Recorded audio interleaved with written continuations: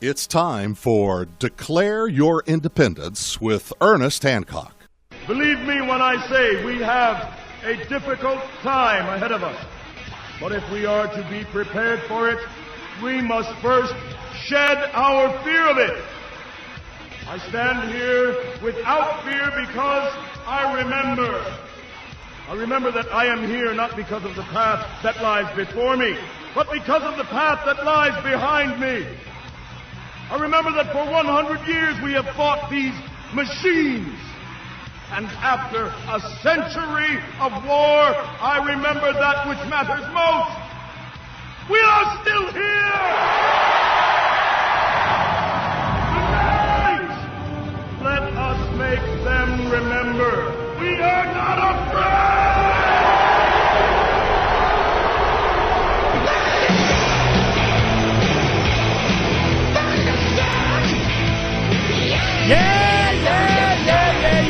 Yeah, no fear here on Declare Your Independence with me, Ernest Hancock, and Dr. Rump report from the Sonoran Desert with Phranq Tamburri.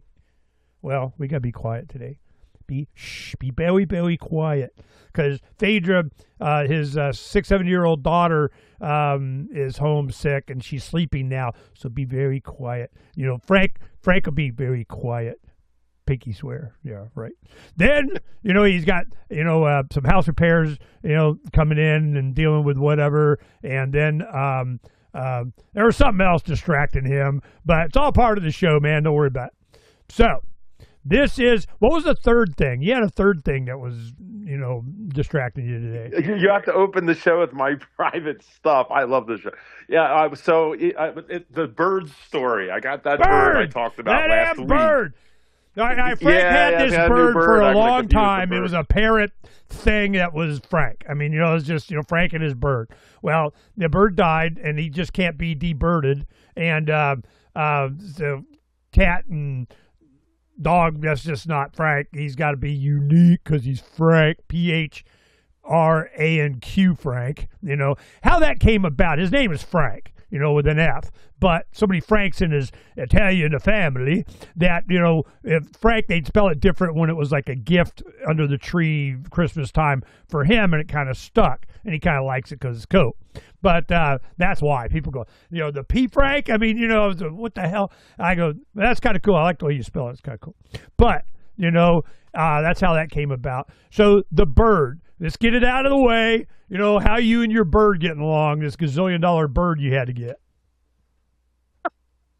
Well, it's actually been pretty well. I'll save the long story sometime when I talk to you. But I dealt with a breeder. I mentioned last week that you can't buy any of these expensive birds anymore, especially the one I'm looking for called a Pyonis. I said it's the parrot that you see in pirate movies. It's a pirate, sociable bird. Yeah, exactly. I know you approve.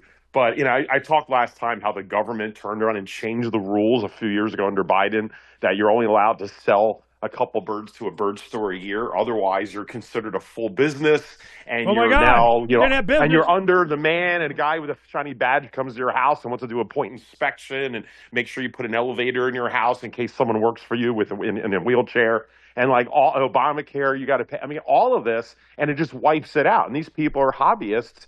And so the entire industry of bird, whatever you call it, breeding, just died literally overnight, and the price shot up. It's the type of stuff you hear about in communist countries, isn't it? Where all of a sudden things that were available you can't get. So anyway, I was forced to deal with the only guy in the country was this guy in Florida. And, I heard about him, and he was charging a lot of money. I'm like, who the hell's going to pay that kind of money for a bird? I was like everybody else. Until I started realizing the whole industry died, and he was the only guy in Florida. And he makes so many birds, to him it's worth it. So he'll go with all the BS because he's the only guy in town, and he loves That's the rules how and it regulations. Works. You always get the big conglomerate and then the competition be damned, and you're not allowed, and competition is a sin. This is what happens. This is how you get the Amazons. This is how you get Alcoa Aluminum. This is how you get, all these big monopolistic type entities, because the cost of compliance cannot be afforded by the little guy. It's not sub percentage of your overhead of I got this lawyer filling out paperwork. When you're a big giant, you can and they can't. This is how it happens. And Mandami, coming in as mayor of New York, you can see a bunch of this stuff. It's going to be on display. I couldn't be, more observant. It's going to be all over. Yeah. And by the way, not to switch from birds, but what you just talked about is exactly happening with doctors. Same thing. The doctors had private practices. And then all of a sudden, it's like, oh, you can't afford this. You can't afford it, too expensive. So the conglomerates come in. And they're almost like franchises. There's one, I don't want to mention the name here, but it's a very generic name. Like, for instance, Arizona, heart specialists or something like that. I'm just going to be really generic, but it's like a generic term. Well, people don't realize that these are like franchises. And like these are big conglomerates. And they go to each city. They'll go to Chicago, wherever. And they'll say, okay, we're gonna put our foot down. No, our foot down. We're gonna anchor here, and we've got a lot of money. So what we're gonna do is real simple. We're gonna get the Phoenix magazine top doc. Every city has their top doc issue, right? We're gonna get the top doc issue, and then we're gonna find who are the top doctors, whoever is. We don't give a crap. Just whoever is popular, whoever's got great ratings. We're gonna offer all of them top money for the top contract. So basically, it's like the dream team in the Olympics. You just go and you buy up the top people, and then you stick them in one office, and now you've kind of cornered the market with like no one else. Like if you want the best doctors, they're all under one roof, and everyone else becomes plan B. And they do this with cardiology, urology, which the ones that I associate with, and all the other specialties. So they do this in each city, and you can't compete. Then, and not to get too off topic, but same thing. My field of naturopathic medicine. I guess I could probably talk about this, but we had a practice. I think Ernie, you remember all this. I had a practice. I was part of a joint practice for 15, 20 years. I started my whole since I was out of medical school. Paradise Valley. It was called Longevity. Yeah, you saw The Office, the old one. And it was originally created by a doctor who's passed away. His name's Dr. Conrad Kale. He was a troublemaker, libertarian, conservative naturopath, which there weren't many back in the day.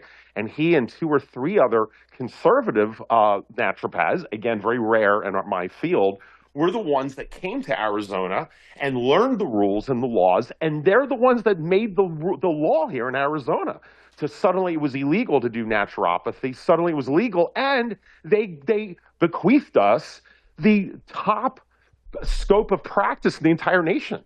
I mean, we were able to do more things in Arizona than California, which you would think would have all the natural stuff there. So Arizona became like overnight the hotbed, which is why they created the medical school, and suddenly we're able to conduct forms of surgery and prescribe drugs. Not that makes you a doctor, mind you. It was more of, being able to be cross-trained, which is why naturopaths are at a much higher level now, thanks to people like Dr. Kale.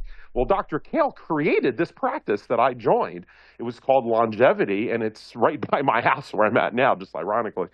40-something years ago, and it was a family practice. Eventually, young doctors he sold it to a bunch of young whippersnapper doctors, and, we were kind of like our own little dream team. Not that I have an ego about it, but we were teaching at the school, we wrote books, we taught other doctors, like we all we had our own names, and so we kind of, on our own, it wasn't a conglomerate, it was just through association, free market, we got together.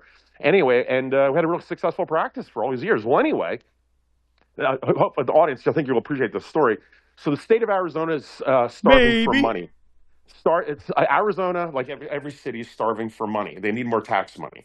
So then they start realizing, well, where can we get tax money? Oh, well, ever since Obamacare went through, obviously it's been a while now, many companies wanted to get out of paying their employees Obamacare.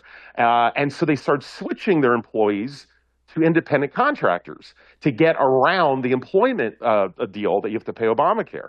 And so places like 7-Eleven here in Phoenix started making everyone independent contractors, which I guess violates some kind of law or rule. You're not supposed to do that, spirit of the law or whatever violation. I don't know. So they spent years busting all of these small companies and saying, oh, you're doing this illegal stuff to get around paying. Okay, fine. Well, I didn't know this was happening. They finally, after a few years, they ran out of all the 7-Elevens and small stations and all, and they had to look for greener pastures because, when a government agency is created, they got to keep their own relevance. So they think, okay, well, what other small companies can we go over with this tactic? And somehow they heard about naturopaths. They probably went after I don't know, maybe physician assistants. I don't know. But they didn't go after the hospitals, the big doctors yet, because they have expensive attorneys. Naturopaths, we just take cash. We don't take tons of insurance and bilk anybody. It's just fee for service. It's fair pricing, and we don't have Lambos and fancy attorneys. So they turned around and they decided to go after doctors that were independent contractors and accuse these offices of that they're really employees, but you're trying to get out of Obamacare.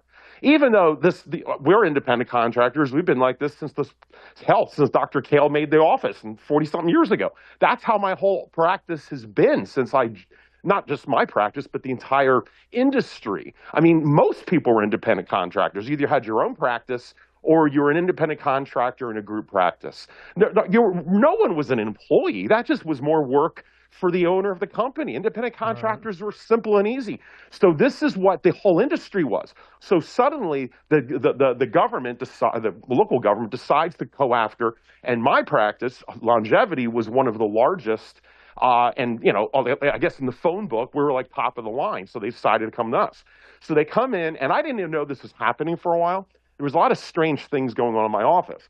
It turns out they decided to target our office, and then at their 6 doctors, they decided to target me of all the doctors because I was the easiest pick, apparently. I didn't know this. Here's why.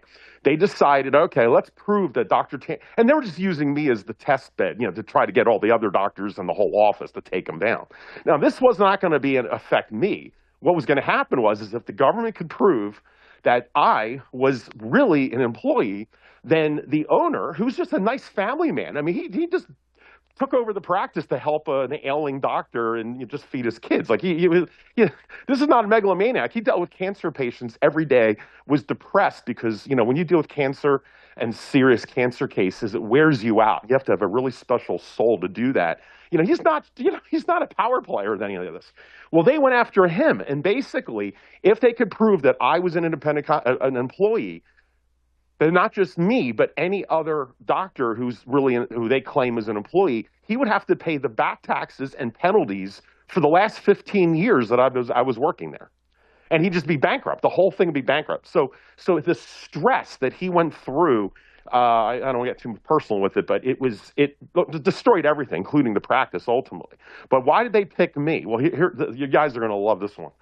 So this is the government, a bunch of not eggheads, these are dumb government people who don't understand, who've never had their own job, or a lemonade stand. Yeah, exactly. Like they don't know moxie. They don't know what goes into a practice or to a business. These are just government people who, and this is an important point. They want your money. That comes from the people at the top, but the people who are actually, like the guy from Ghostbusters. Remember the EPA guy from Ghostbusters who showed up and said, "I don't care, Venkman, shut the whole thing down." Remember, he forced them to shut down the unit that held all the ghosts, and then the whole thing blew up. And then he's like blaming the Ghostbusters, even though they told him don't shut down the unit. Remember that? And Ghostbusters was a great scene. So that's kind of what happened. So why me? Well, first off, number one, there's a bunch of things. First off, we wore scrubs. Now, we wear scrubs because they're convenient and they're easy. And we just kind of agreed to just, doctor office wears scrubs. The local government people said, you're all wearing scrubs. That looks like uniforms to us. If you're wearing uniforms, you must be employees.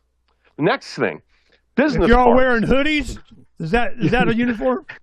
Yeah, exactly. The face hoodies, all of a sudden. Oh, but the Antifa. Oh, no, that's not an organization. No, not at all. So the next thing was business cards. You guys, this is crazy. I have my own business cards, because I go out, I give talks, and I'm always giving out business cards. Well, I used to get frustrated because the owner of this company it was a strong suggestion that we all purchased another set of business cards that had matching logos so that at the front desk, when people checked out, we didn't have like 7 or 8 different, looking cards. It looks like some shopping mall. He just wanted the logo to look the same on everything. We didn't have to. It was not in my contract. But, I paid an extra, when you have no money when you're a new doctor, $70 for business cards you didn't want to use was like a big deal to me. But regardless, the government says, you have matching business cards. You guys must be employees. It gets better. Then they said, does Dr. Tamburri have a set schedule? Which I do. I worked 2-3 days a week every day. And I mean, the same time, Tuesday, Wednesday, Thursday, whatever days they were. And of course, I have to have set times. I mean, I have patients that fly into my office. They're scheduled 3 months in advance, and they have airfare and a hotel. Yeah, blah, blah, blah, because they can. I get it. You don't just randomly do it, and then they go, and then they use that as an example that I must be an employee because I've set hours for myself. I set my own. And then the last one, this is the one that why they use me is the big example. This is the government versus free market or Moxie. That is this. And not to brag, and this is about my practice here, but I don't advertise. I've built up my practice through teaching, through everything. It's all word of mouth. And I do not have a website. I'm actually proud of that. I have multiple offices that I work through different offices, and I don't want to have them competing on each other or me have my own office, my own website competing with theirs. So not to make this about me, but for reasons, and I don't need it. I'm booked out. So I don't need my own website. I'm doing just fine the way it is. So it's always been like that. Well, they looked at this and said, wait a minute, if Tamburri does not have his own website, then he must be getting patients through the longevity website because I was listed on there. I mean, all they had was my name on. They had my name on the door. I never got a patient through that office. It was all on my own because I created my own practice as an independent contractor. But these government people could not wrap their head around that somebody could be having their own patients through word of mouth and through hard work. It must be through this little tiny website. And so they used all of that as a case. Just their excuse. And eventually, and he was found guilty 2 different times, including the appeal. And on the third and last appeal that went to the state Supreme Court, I believe, that judge finally said they threw the whole thing out and said this is BS. But at that point, it ruined a 40-plus year practice, and it was closed like right after New Year's in 2020. And literally, the practice fell apart as the quarantine was starting. And so now, all these doctors now, like, you start a new practice, and when the whole world, we don't know what's going on with the quarantine. That's a whole other story. But anyway, that just gives you a sense of what government can do. And I'm sure everyone listening has their own stories. Yeah, well, you guys have probably never heard that before. Okay, this is a good way of getting in the mindset. And New York. This is all leading to New York, too. Right. In 1994, 93, 94, there was a book came out called Unintended Consequences. It was written by a guy named John Ross, which was he was a stock guy in Missouri or St. Louis or something like that. And what happened was, this was right when we were opening our first workshop. We're filling the ballot with libertarian candidates and doing some whip ass and everything, and we had Second Amendment is for everyone. Well, he sent me the book as a galley copy to read. And this is awesome. So I'm a young guy, I'm 30 years old or something. What do I know, And so what we did is we bought them by the case. We have one of the guys owned his own physical bookstore, which is mostly technical manuals. He was big on tech stuff, but he had a bookstore and he could order stuff. So we would order them by the cases, and we gave one to every legislator. We pimped the crap out of it and so on. Later, when I had John Ross on the show and everything, he was mad at me for not supporting the book. And I go, are you freaking kidding me? I was buying them by the case. What? I endorsed the hell out of it, had it on the show, on the site, on the what, we were pumping it. Kind of goes, oh, but you didn't write a blurb. I didn't know that's what he was asking me to do. He didn't specifically say, hey, write an endorsement or blurb or something for the book. Well, our endorsement was buying a bunch. So this is, you had to understand, the publishing industry. Well, they went after him. The BATF went after anybody at gun shows that had the book. You sure you want to be selling that boy? They go after his ex-wife, trying to get her to turn on him. He's a domestic terrorist. And that's what the book was about. Unintended consequences, where all the unintended consequences of all this legislation trying to get a little more regulation, a little bit more tax revenue, a little bit more. And it, from that perspective, was mostly about guns, but it was everything. It was how the economy is going to go, how the people are going to rise up, how the people are going to, during the Revolutionary War, were you for the colonialist or the redcoats? Which is it? You got to pick. You got to pick. And so the people were, I don't know, they stand on the sidelines, just waiting for what flag they got to wave at the Nazi parade or something. I mean, but it gets to a certain point that you can see there's a tipping point. Well, the government, especially the BATF, they were so afraid of this book. Now we have, you go unintended consequences, Freedom's Phoenix, and we have it in, Nook and Amazon, MP, whatever the hell, and PDF and Modi and all these different formats that people keep sending me that we put up. It's one of the most popular downloads. And I'm going to put it back up. I'm going to do it now when you start another rant. Because this is descriptive of exactly what Phranq was defining, but there were many different characters. One guy had a dry cleaning business. One person had a personal plane, and they went after him for putting a battery trickle charger on it or so. I mean, it went after one, after another, after another, after another. And it was the resistance from the people that were just often a bunch of government agents. They came with a clipboard, and then they get down the street or the next morning or somebody drives by in a bicycle and a 22 slug to the brain. I mean, it was one after another, and being creative in planting child pornography on, an OD'd politician of whatever the hell, which got planted anymore. But, this was, the people rising up and coming back on them because of all this. I just had Gerald Celente on, and we were talking about the New York mayoral election. And I'm like, he goes, over half. It doesn't matter if the guardian angel guy, Silva, or whatever, and then Cuomo, again, really, seriously, this is what you got to offer. So, of course, he gets 50-something%, 52, 3, 4, 5, whatever. And so it wouldn't have made a difference in the other guys anyway. But what happened was, why did they vote for him? And you go, no, all my Jewish friends, family, everything, I vote for this guy. I'm like, what do you think that is? Is it a middle finger to the system, to the man? Screw it. We'll put this guy in. We don't care. Was it legit? Is it? You have no idea, and it doesn't matter. Because in the end, economics is going to raise its little head and say hello. Well, I just want to add in just for a second. I think some of the polls are showing that, and I'm not sure what the number exact, like 20% of the people who voted for Mondani, is that his name? They voted for Trump in the last election. So you're seeing how fluid this is, and what possible does Trump and Mondani, if I'm saying it right, what do they have in common?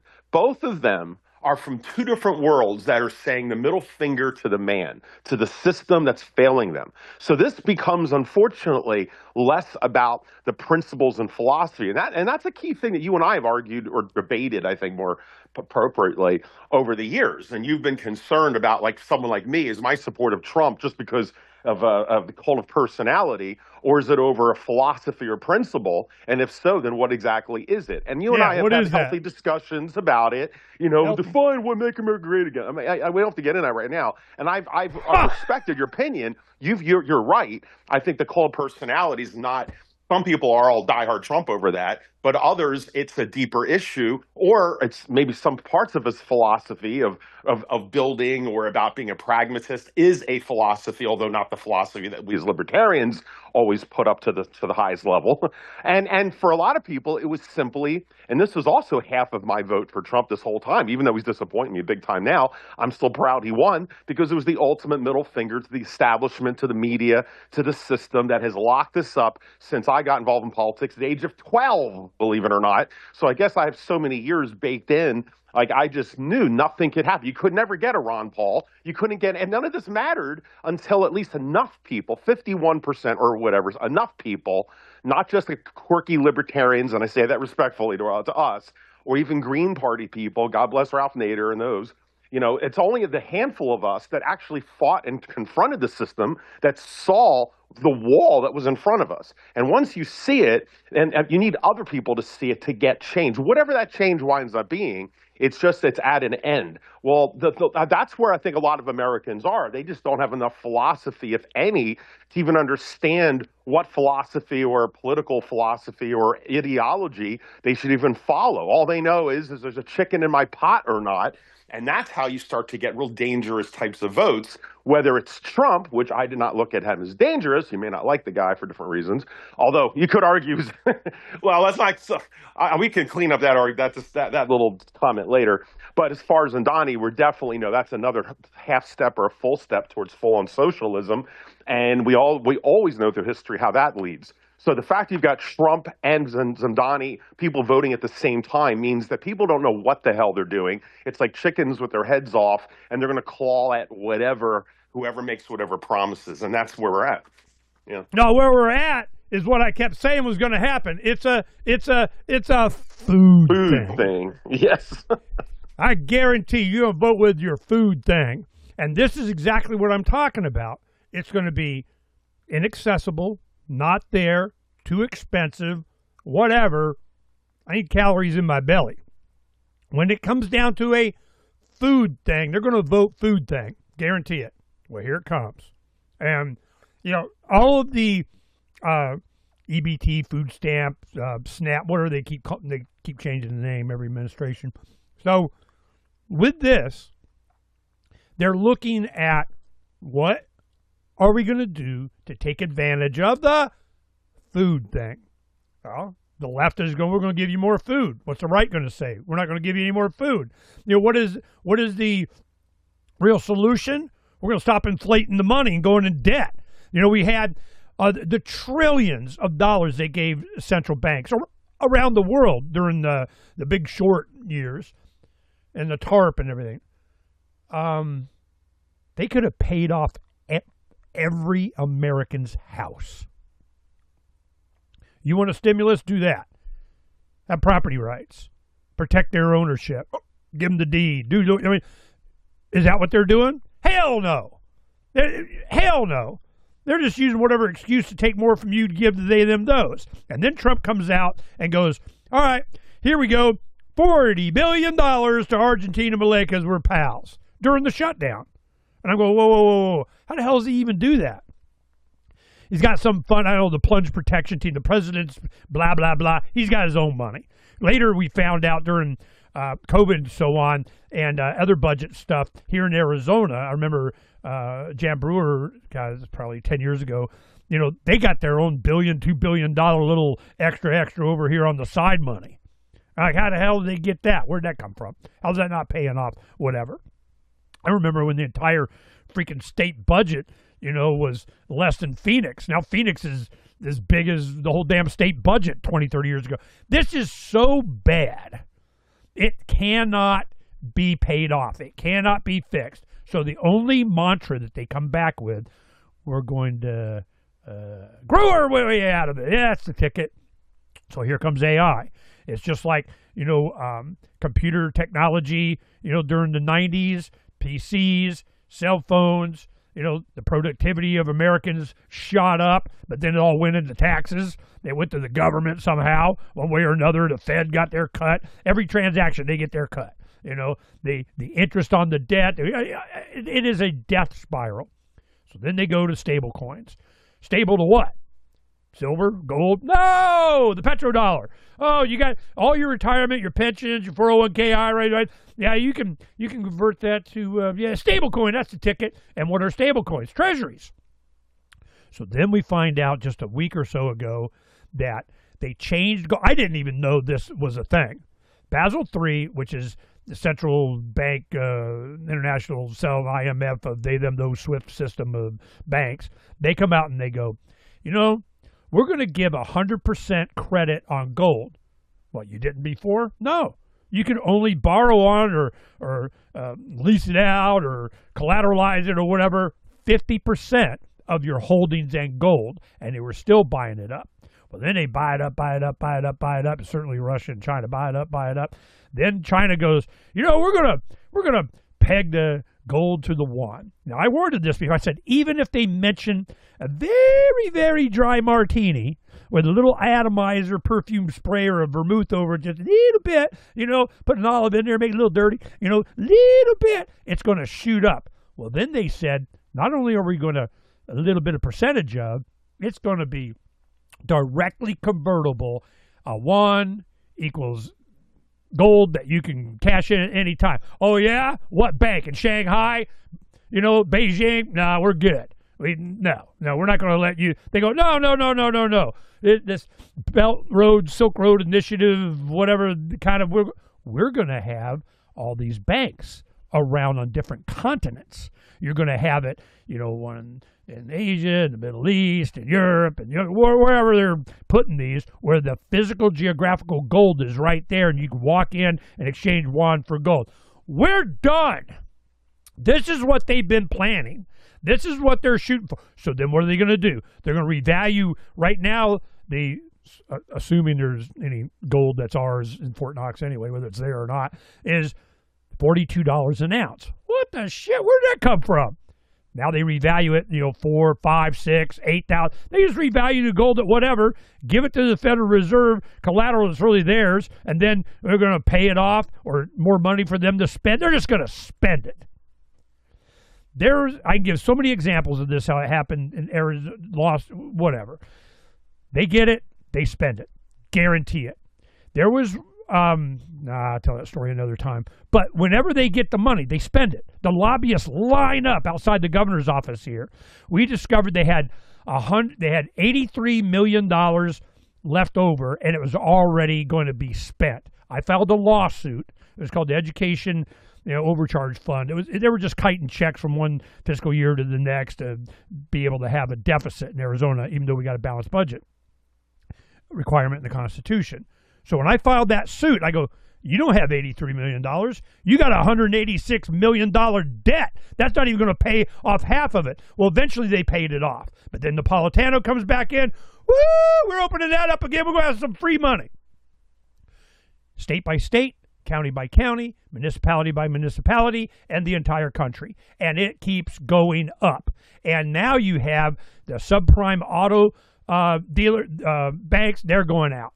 We have commercial real estate, finally commercial, when Salente was going on about this, is that, like 20% occupancy, 50%, just by looking at it, and it's really worse than that. So I'm going, yep, commercial real estate's going to, there's a reset coming.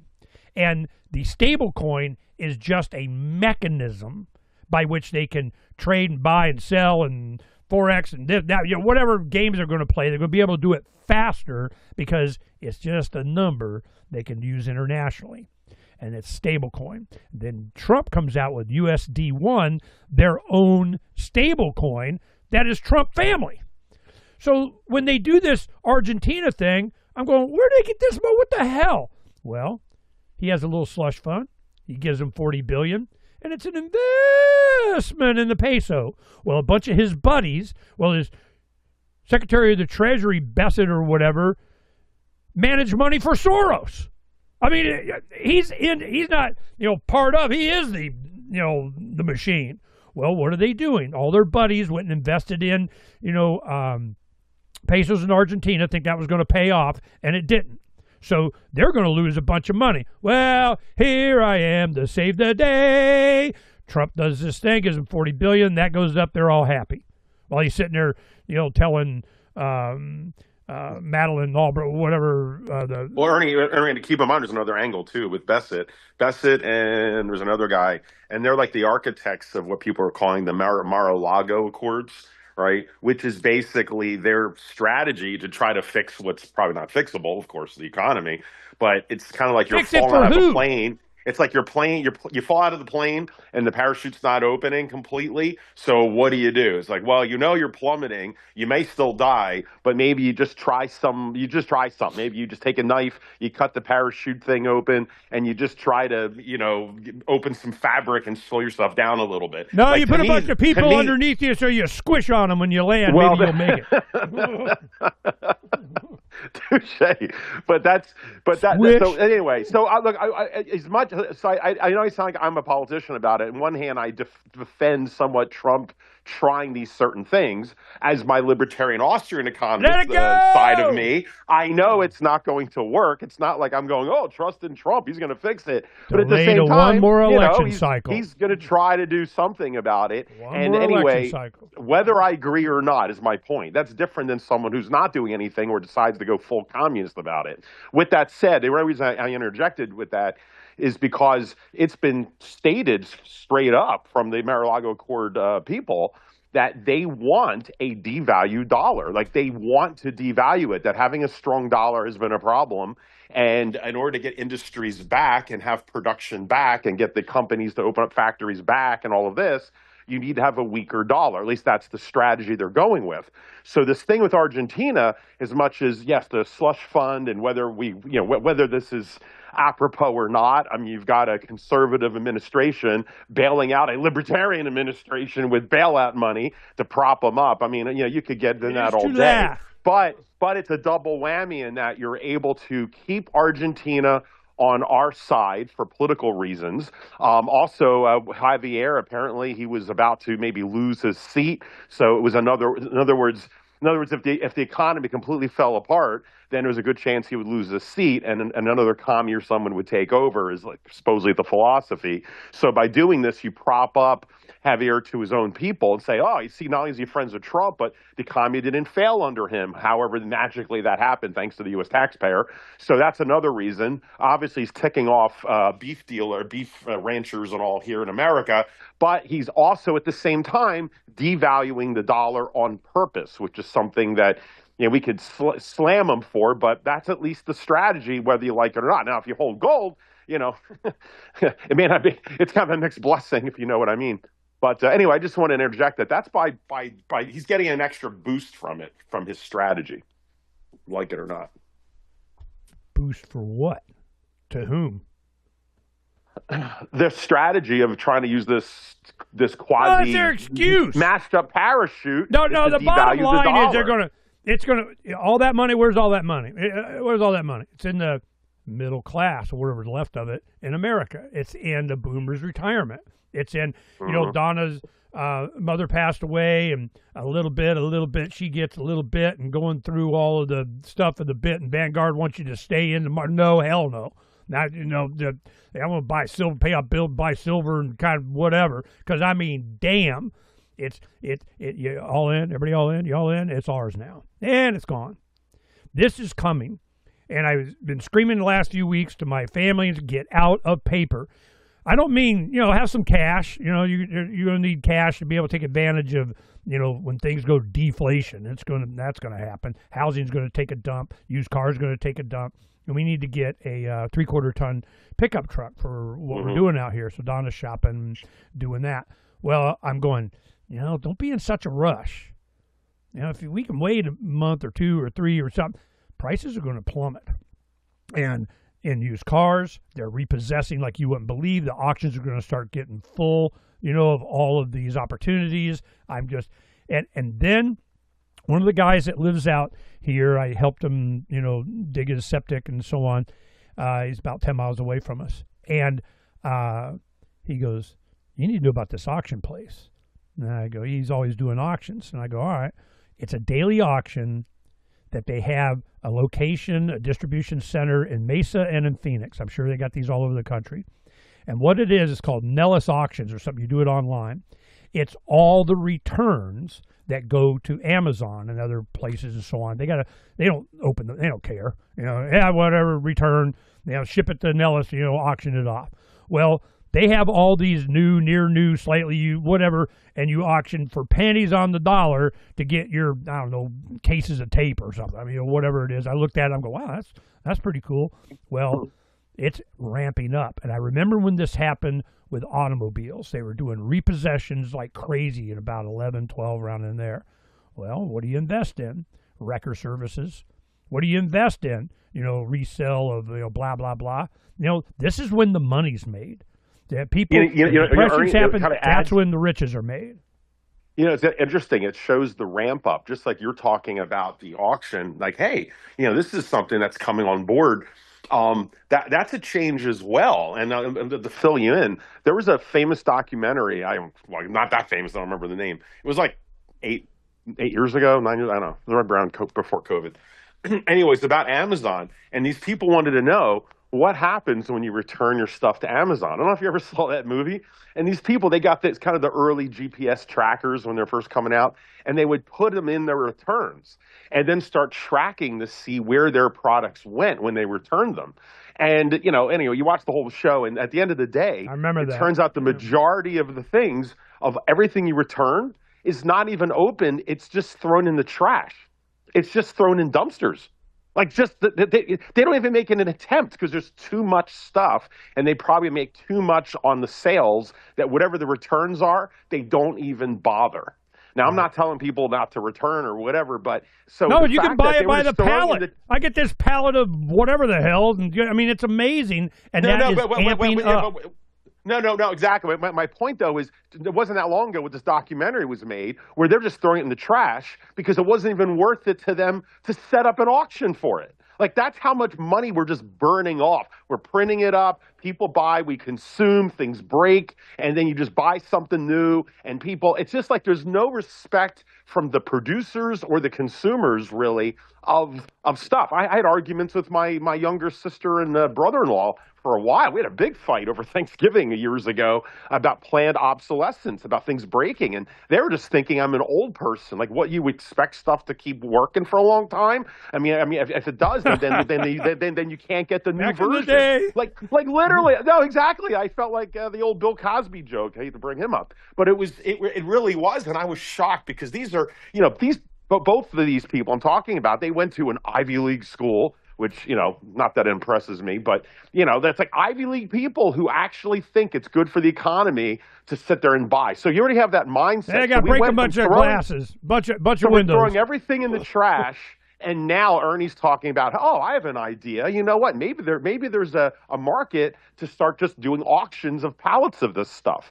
So it shows you. So pretty soon, that's where it's going to be. It's going to be auctions from Amazon and Goodwill. And by the way, if you invest in stock, I'm not giving stock advice. Goodwill stock, I hear, is doing pretty well, and they're expanding like crazy. That should tell you everything. I do Goodwill a lot because I'm out here. I get a nice pair of slacks and I got oil on it. Oh, and I messed up. I go, damn it, man. I got to keep some decent things. So when I go somewhere, I got to go to, visit family where I don't have any. I just stop by Goodwill, get my pants and slacks and a shirt, and I'm done. And I spent $10. It's because there's one on the way into town. So this is coming. It's here. It's here. And Gerald Celente is, yelling and screaming and whatever, and I start going on a rant. I go, I'm sounding like Gerald Celente, Well, he was advocating over the years that we've had him on that it's going to be, high quality, mom, pa, made in America kind of, Amish toys for the kids kind of thing. Well, here it comes. It has to. This is not sustainable.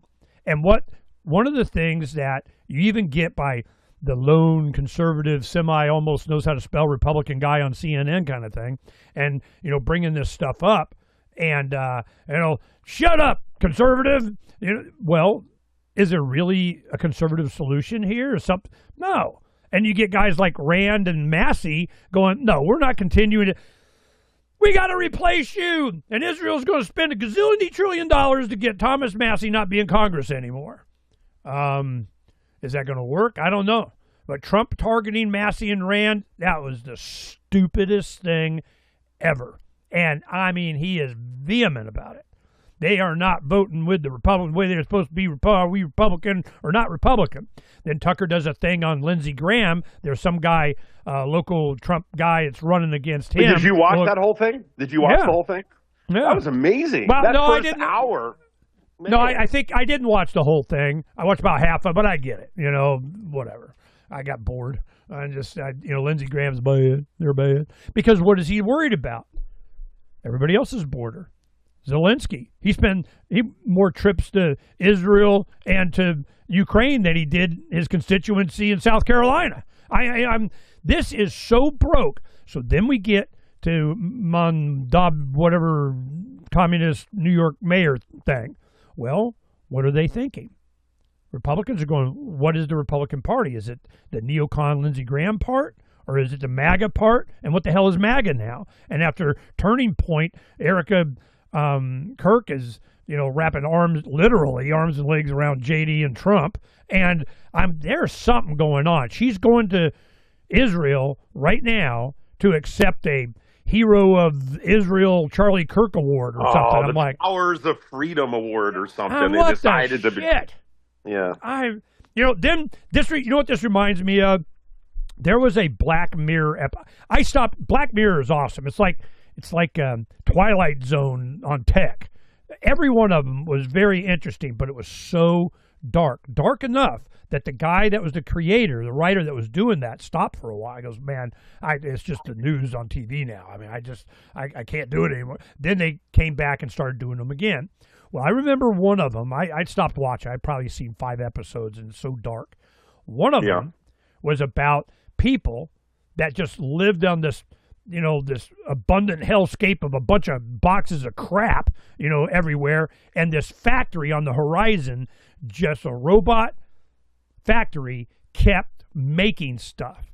Well, part of their program, you find out by the end of the episode, is part of their program was to fulfill need. You got to just keep making stuff. That's the plan. The economy, you got to make stuff. Consumerism. Well, all the people died out. And what you found out, the people that were left were androids. They created people so that they could make stuff for almost people. And I'm going, yep, here we go. It's just, we make stuff to make stuff, so we need to make stuff, and you need to consume and dispose and put it out, and now you got a pile of crap and no auction it off. I mean, this is so obvious what's coming, and it has to break. So when they vote communist in New York City, and it had such a high percentage of Republicans, conservatives, whatever ethnic community of they, them, the whatever, was it just a middle finger to the system, to the man, just to turn over the apple cart just for the hell of it? People were pissed. They did, give me my free stuff because everybody else is getting free stuff. It's time for me to get my free stuff and pay for my housing, pay for my food. Okay, you'll own nothing, and here's your happy shot. This is playing out right, not later. This is a now thing. And all of the infrastructure, the great taking, how they've done, you kind of sort of almost own your assets. I go, no. There's only one way to win this is not play and get out. Liquidate we did this in the late 90s. A lot of the libertarian Austrian economic friends like, Bob and Lon and Mike, a lot of the guys that we know that were working at Palo Verde nuclear plant that became libertarian and started going, that's how we all became friends. Well, what happened, they went in their retirement, liquidated, paid the tax, the penalty, whatever, because they understood the economics. And then they just put it in gold and silver. Well, now they're sitting pretty. They're going, ha, ha, ha, neon flashing if I told you so. Well, this is where we're going. This is when all of the gazillionaires are made, used to be, a little bit more widespread. No, now it's just banker. Now it's just they, them, those. Now it's just the stock market. And Trump is going, woo, I'm at the UN. Look at our stock market. Woo, our stock market. That don't mean nothing. You put in inflation. Is it really going up? Is it going past? Well, over time, gold has a much better return. And I'm saying silver. I've been screaming silver, silver, silver, silver, silver. Well, now, today, Bitcoin dropped below 100,000. It's at 100,400 or something now. It went from 125 down to 99,000. What does that tell you? Gold is now below 4,000. It's 39.80, and then silver's at $48. It went down from 50 whatever. Went down. Heck, just a year ago it was 20 something or 19 or what. I mean, and people are what? Better start preserving food. You better start stocking up. Don and I had this conversation. We spent the last couple of weeks. We were going to wait, but we're putting up the chicken coop. We're putting up, the raised gardening beds. We're putting up the chicken wire enclosed so the animals out here they see something green growing, here they come. So this is what we've been doing. We hired a friend of ours, to come out for 3 days to get us caught up on that so we can get back to the build. But I'm telling you, we had to do the food thing. And this is what it's going to be, a food thing. What's it going to be? A food thing. It's going to be a food thing. It's putting calories in your mouth. And when they cut off, the EBT deal, which now under Biden, it like doubled. And where did it go? Illegal aliens. It's going to, whatever Medicaid they can get, whatever food they can get, where they can get, because they're buying votes. This is what's going on. When's it going to stop? Well, the Trump administration is going, it's getting all these riots and, BLM and Antifa stuff and in the streets of whining about whatever. How's that funded? Soros and friends, the USAID stuff. They might be running out of money one of these days, but how much money do they got? And who is it that got it? And how are they getting it? This is how. And then he's going on, look all the money we made with tariffs. Well, who's paying that? We are. And it's going where? To the government for them to what? Pay off the debt? No. Them to spend it. This is not going to stop. It's going to be a food thing. Just saying. Well, couple things on that. First off, about the tariffs. Interesting. I was buying a medical device for my practice, and it turned out it was from overseas, which usually doesn't bother me, just a little more in shipping. And it was on eBay. And this huge banner took up like a third of the screen every time you went on there. And it said, this item is applicable to tariffs and you're responsible. And there was just like this hyperlink to try to calculate. And this whole calculator thing, I figure out which country and put in your percentage and the whole bit. And so it was like, it's amazing. It was like 20% extra for me to buy this unit. So it capped me out of what I was going to bid. And so I just declined, just based off of that alone. So that just affected me this morning of all things. Also about the food, I get, Ernie's going to love it. This is the biggest setup ever, like volleyball for Ernie to say, I told you so. Look where I'm at. Occupy the land. So just get ready, audience, because here it's coming. But my grandfather, who raised me, as many of you know, he was from the Great Depression. That's why I was a strange kid growing up. But he was a very, very noble person, all this. But I remember him saying once, we're sitting on the dinner table, and he would talk about the Depression. I heard all these kind of stories. And he was also in World War II. And he guarded a lot of the German Panzer tank officers who they captured. And his job was to just, watch them. And he started like hanging out with them and smoking with them and sharing stories with the Germans. It was funny, the stories. But he used to say, you never ever break the law. You do not steal unless you're hungry. He said during the Depression, he says the only time it's okay to steal is if you're starving. Now, people in this audience can argue or debate whether that's even ethical or not. Maybe you should just go to your church rather than steal. But I guess, from what he had saw, and both his parents died at a young age, and then he was thrown into the Depression. And I don't know if he was hinting that he stole it for food. I don't know. But let's just say my point, though, is that as much as you have values and ethics and culture and everything else that gets involved about stealing is bad, you're always going to have the riffraff. But, it's like when the hurricane happens at Katrina, there's always the thugs. But then when the system starts to break down, the thugs, a little brother who's probably a good kid starts to join in the fun and grabs a TV or something.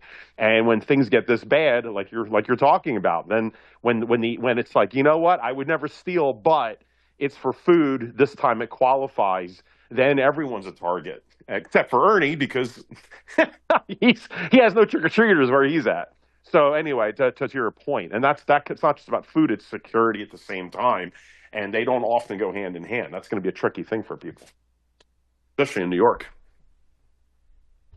And the threat is shoplifting. We're going to just take everything we want and take, and because we can take it and we should take it and we're going to take it.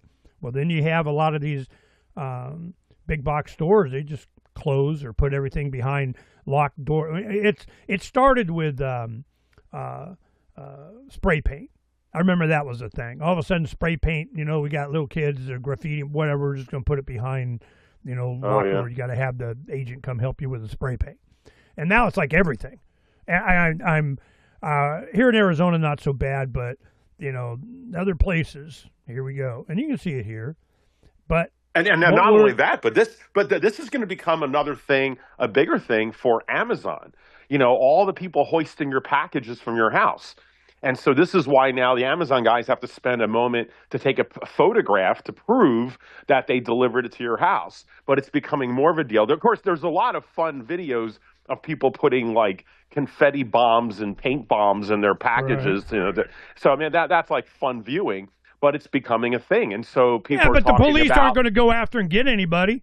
I know, but it's going to. Yeah, but it's going to be a whole other thing. Yeah, but think about it. It's going to slow down or do something else. For instance, I predict, this is like a mild prediction, that you're going to have to start renting or buying an Amazon like drop safe or something for outside your door. So like if anything is stolen, it's on you unless you rent a Dropbox or something that the Amazon guy comes and scans with a card and it opens up and you put it's like your own mailbox or something. Like I don't know. There's going to have to become some kind of solution, because just dropping packages off, because if you can't go to the stores, and if the stores are now closing because of all the crime and shoplifting, on top of the price difference with Amazon that the brick and mortar stores have been suffering on top of it, then you add all the neighbors coming and ripping you off. Yeah, you're done, and the insurance won't cover you, so there's no point. And the crime, so you're done. So therefore, all shopping is going to transfer to online.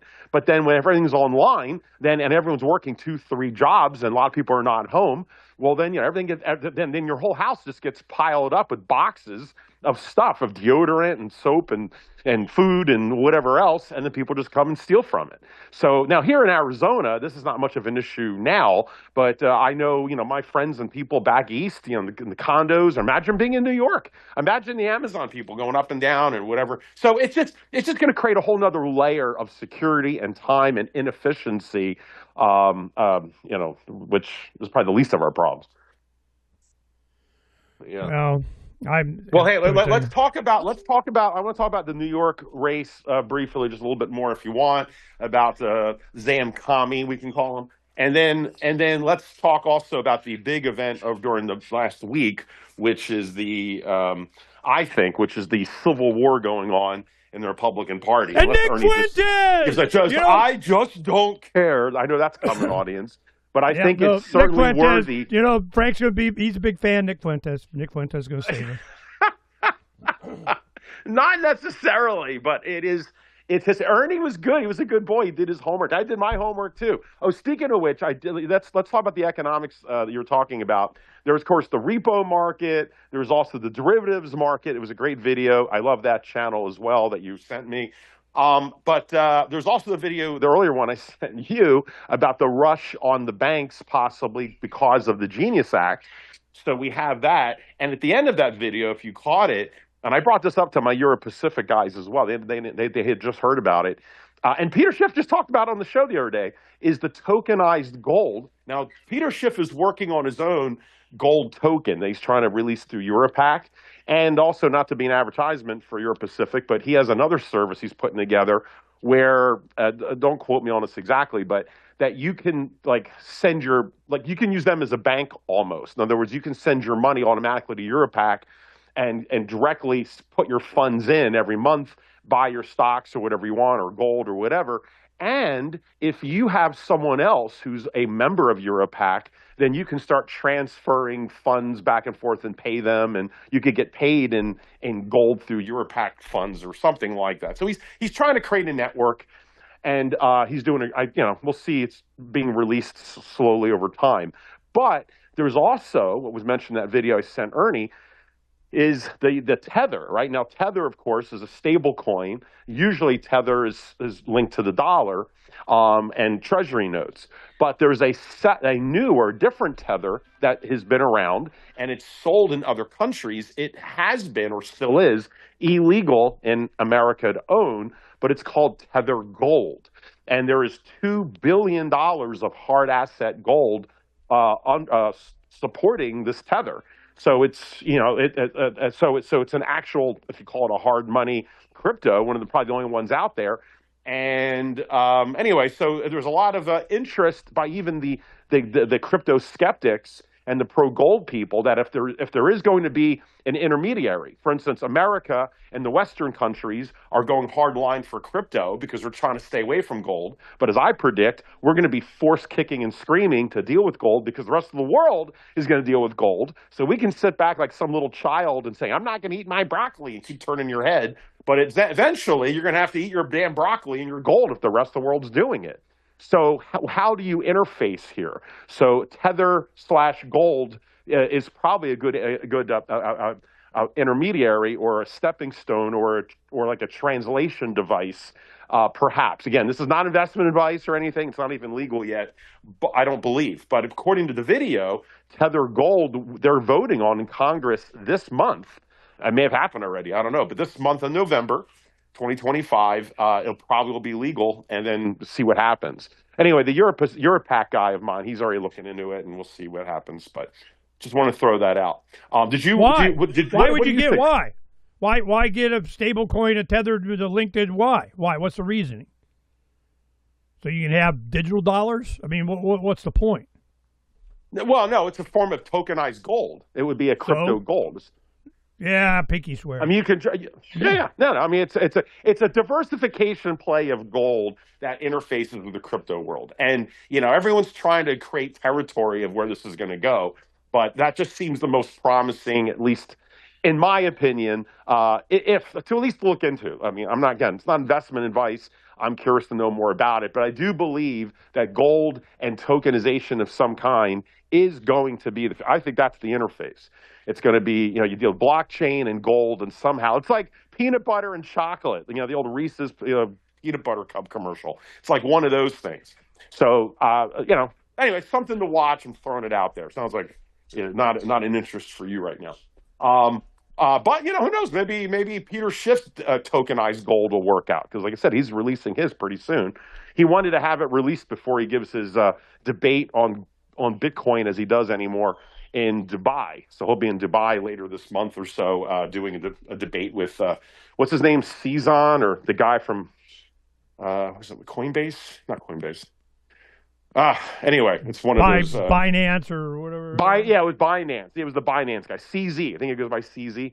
Anyway, he got out of prison because he was pardoned by Trump not so long ago. Actually, 60 Minutes asked him about that, and he goes, "Yeah, I don't know him. Whatever. My sons are big into grab kind of. And my Bitcoin donors told me to do it. Yeah, whatever. That's pretty much it. So anyway, we have that. So you guys can look into that. Maybe Ernie and I both, and I guarantee we'll be talking about this Tether Gold in the future. I guarantee. Whether it's good or bad, I'm just saying it's going to be a thing. I believe to at least watch. It's a new player.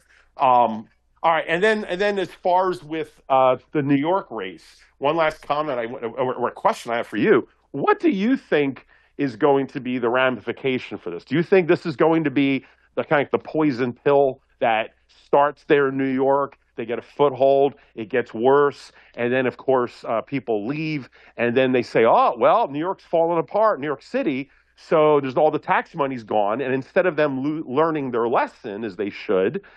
Instead, the governor then gets dragged in, and she doesn't want to lose, whatever. So now she's got to bail out New York City. And then when New York starts to lose money paying for New York City, then they start drawing from New Jersey and Delaware and all the other states. Don't think it can't happen because you start to see that, like here in Arizona. I remember when Tempe, it's the college belt, it's the most liberal town in Arizona is Tempe, right? And this was the city that outlawed cigarettes. It was the first smoking ban was here in Tempe. I remember I protested against that when I was like an old medical student. And so of course they passed it. And I was like, they're going to learn their lesson. Because all of the businesses, all of the bars, all the restaurants, all these mom and pop, and Tempe, as Ernie knows, had a lot of character back then. You had really cool bars and just places. Well, they all had smoking and different, anyway. So they all left, and they all went to Scottsdale. and they all went to other out, the Glendale. They all moved out, and they just took their business with them. And Tempe had nothing. So then, of course, for a while there was nothing there. Eventually, they tried to get chains like Chili's and stores, restaurants coming that were kind of bland, which changed the culture there. But when they lost all this business, then Tempe started bitching to Maricopa County, and they said, "We're losing tax revenue. We have no idea why." Of course, they're reminded it's because you did the smoking ban. All the restaurants left. All the Harley people, everyone hung out at the bar. They all just left. So then they complained, and I'm thinking they learned their lesson. Oh no, they used that as leverage to get the other cities, the other townships, to join in. They said, well, it's unfair to Tempe if everybody leaves because of the smoking ban. So you guys have to pass a smoking ban to prevent our businesses from leaving. I couldn't believe that argument would work. And it did. And then like a contaminant, it went to all the other cities or townships. So there's that. So that surprised me. I kind of wonder if that is what Zamkami is going to wind up creating in New York. Is it going to be a contaminant, a contagion? Then you couple it with the food crisis coming up that is inevitable, and the money that's about to go, and the pensions and the derivative. I mean, all this stuff that people don't even see coming, and then they're just going to walk around like the chicken with the head off in a way, just like what happened. All I know is the government sucks, and all government sucks, and I'll vote for whoever promises a chicken in every pot. Like we haven't heard that before. So that's the one option. The other is that maybe there's a stopgap, right? I mean, even the Democrats are turning on him in some for self-interest ways, but maybe it stops. Enough of the tax revenue leaves already. Supposedly real estate in Florida is like doubled, and in the surrounding counties in Virginia and wherever else. So they're all all of that goes up, and everyone leaves. The tax base, New York City's starving for money. And then the cities and townships around New York City that tend to be purple, maybe bluish, purplish, right? They're kind of on the line. Well, when you get all these people leaving, either Republicans or woken up Democrats who are like, oh my God, this tax thing really does affect me. I can't believe it. Socialism doesn't really work. So, or communism, I should say, in this case. So they leave.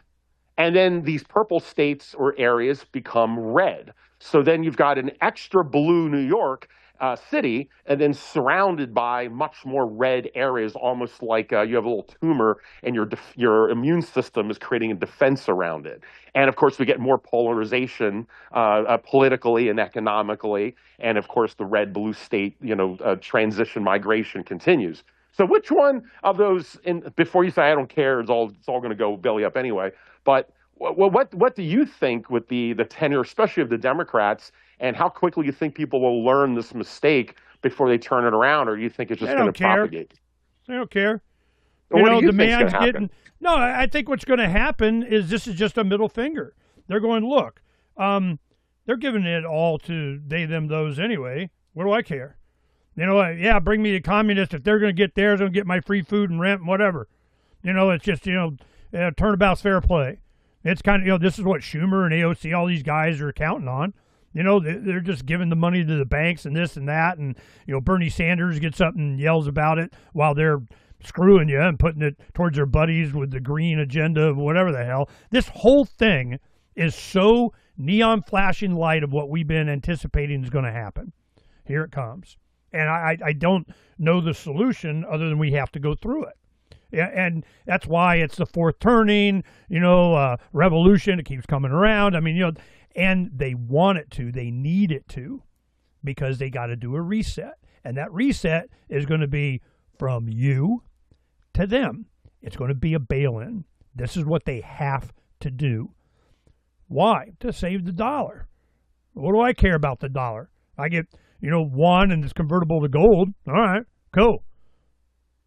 Are they going to go for that? Are they going to trust China? Are they going to, some countries already are. The BRICS is a thing. The treasuries, China and Russia and all that, they're devoiding themselves of all the trade. Who's buying them? The Fed?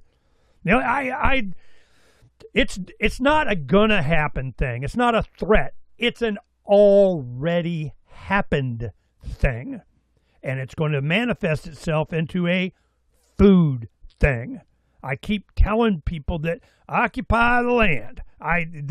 You're going to have to be able to keep breathing in and out and defend against any and everybody that wants to stop you from breathing in and out.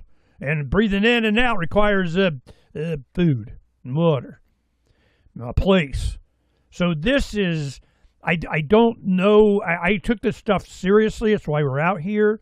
I was hoping to inspire. I'm going to be speaking at, doing a video presentation for, an Acapulco thing, and I'm going to Puerto Vallarta in February or January, I don't know, beginning of the year, and talking about all the stuff I've been talking about.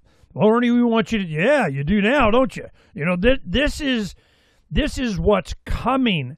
It's already here. And, that's one thing. Salente did a victory lap on all of his predictions in his Trends Journal for decades. He goes, look, this is going to happen, this is going to happen, this is going to all happen. Well, here we go.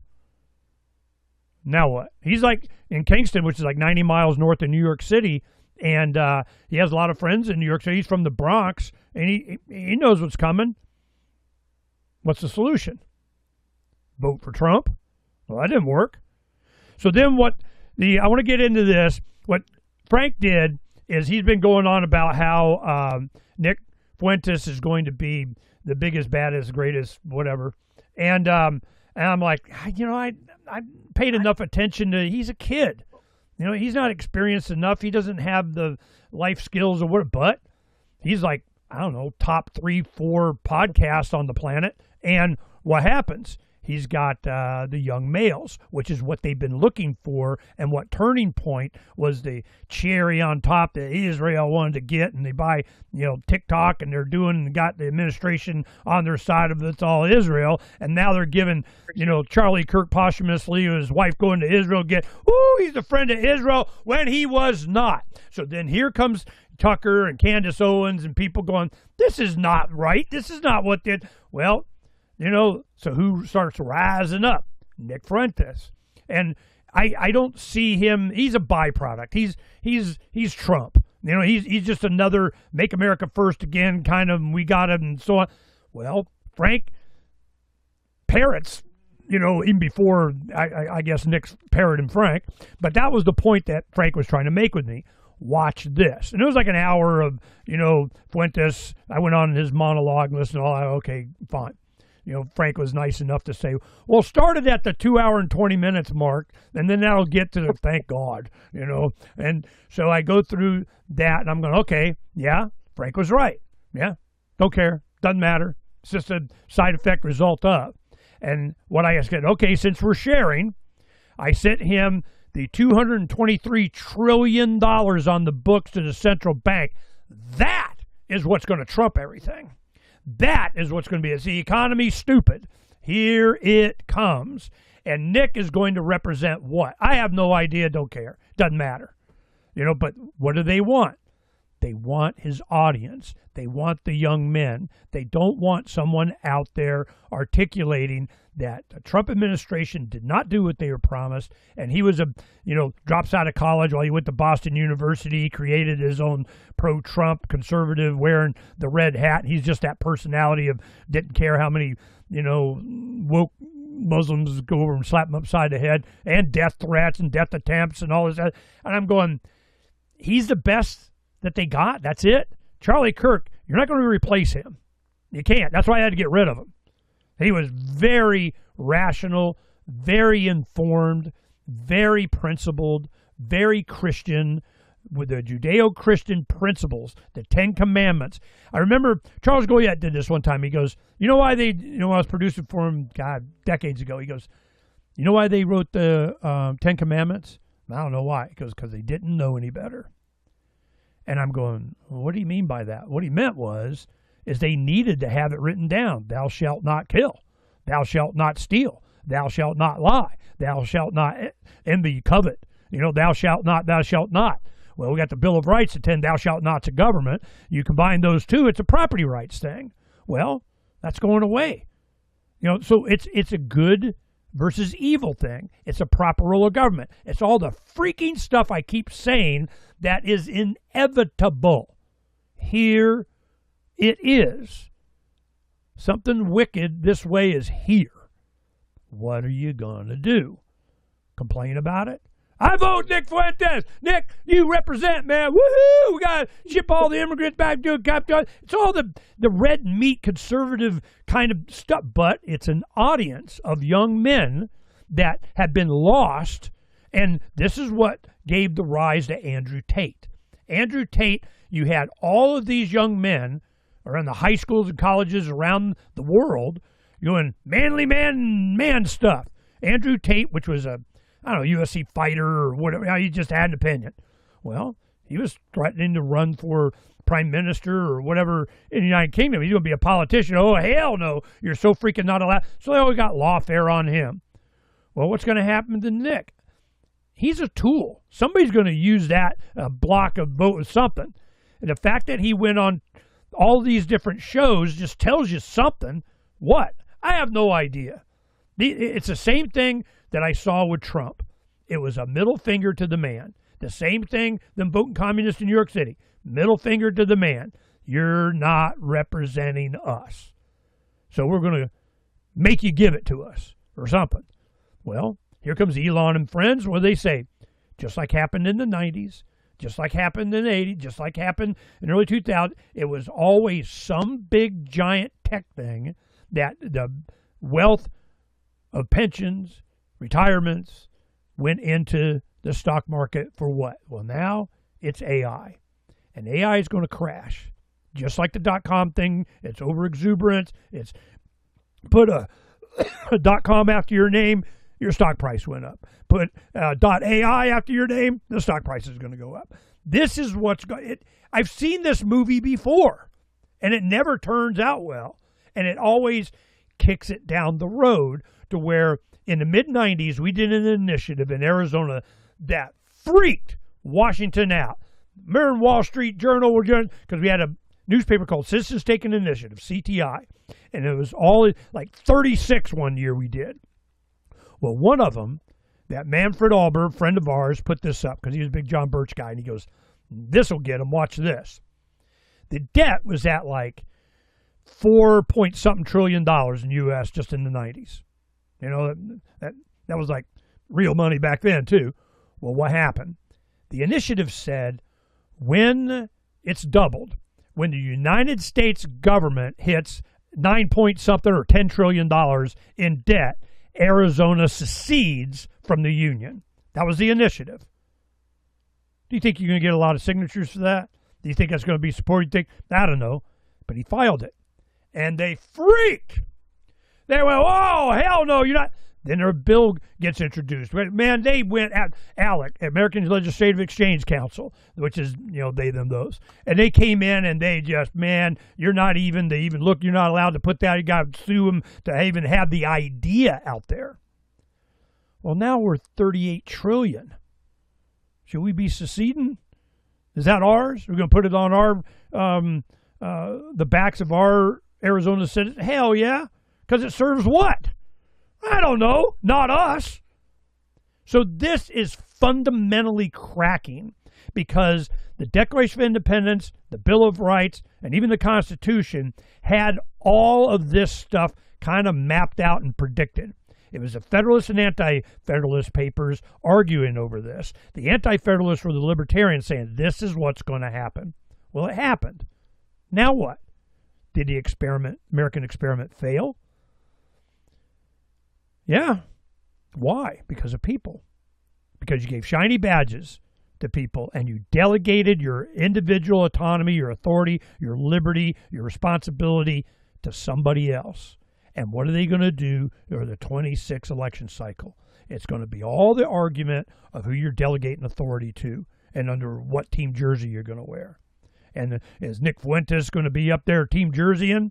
Is he got his shop is popular? Is he selling methylene blue? Is he doing? Of course. Here it comes again. And why him? Because he has the audacity to say this without apology. But is it the correct avenue? correct mindset? Is it, I have no idea. Is there principles involved? None of these guys are principled. It's just we're going to use the power of the office in government to do what we want, to make sure you're paying for this, to make sure we control the balance sheet of whatever the hell they want to do. There's no principle. Where's this libertarian? And they sling libertarian around like crazy. Even Peter Thiel comes out, I'm a Christian libertarian, and Antichrist bad, and if you're for control on AI, you're supporting the Antichrist or something. What the shit is he talking about? So this is so bad. The solution is war games, is not play. You're not going to win this. This guy, I'm over here now. I'm good. This is why you're starting to see all this tiny home thing on the land, homesteading, occupying the land. I could see it coming. That's why we did what we did. I'm going, look, this is the only solution that I can see is not to play. Well, out of convenience, you have to. Here comes Bill Gates. Oh, I'm sorry. You're going to be, extradited from society out of inconvenience. You're going to have to get the mark of the beast. Here it comes. Then you get Starmer from the UK come out. Neither will you be able to buy, sell, or work and get your number of, damn it. How's that going? They're electing communists. Did the American experiment fail? Not really. The reason we were so popular, so wealthy, so large of a middle class was because of the freedom. You take that away, that's going away. And it's going to bifurcate the economics in this country and the world. So they got and you don't. You'll own nothing. Here's your happy shot. And you have to rent your house they built new as the whole development of Blackstone, BlackRock, Blackheart, somebody, that they got it and you got to rent it from them. This is this lease only. You can't work on your own tractor, car. GM really owns your car and you do, and we track you. Minority Report, they just deliver you up to the man and lock the doors, and it stops in front of the police department. You think I'm kidding? This is what's coming. It's a controlled society using programmable money, and they can't wait. And we got to insulate ourselves. Wow. Well, so here it comes. So this is the agreement and disagreement. So first off, I want to get into Nick Fuentes but it goes beyond Nick. So first, I wanted to say in the very beginning of the audience, Ernie, I don't think this time meant to, but he's mislabeling me again of what my text about him watching Nick Fuentes. I want to be really clear, and I was clear through the voice message I gave you too, which was this is not like how I get a 4-minute promotion for me having to do it. Yeah, you got to. I know. Come on, Ernie. I know Ernie was gonna be dying over this. I got to listen to Phranq 4 minutes before I watch the damn video. Like I never do this, audience. Like Ernie and I, we yap enough, and once a week. We don't need to do that rest of the week. But there was something I was noticing. I just wanted him to check this out, and it was not. And to be clear to the audience and for Ernie, it was not. Hey, man, I just checked out this cool Nick Fuentes video. He's really kick-ass, man. You got to listen to him. He's sticking to the man. Ernie, you got to check him out. You're going to love him.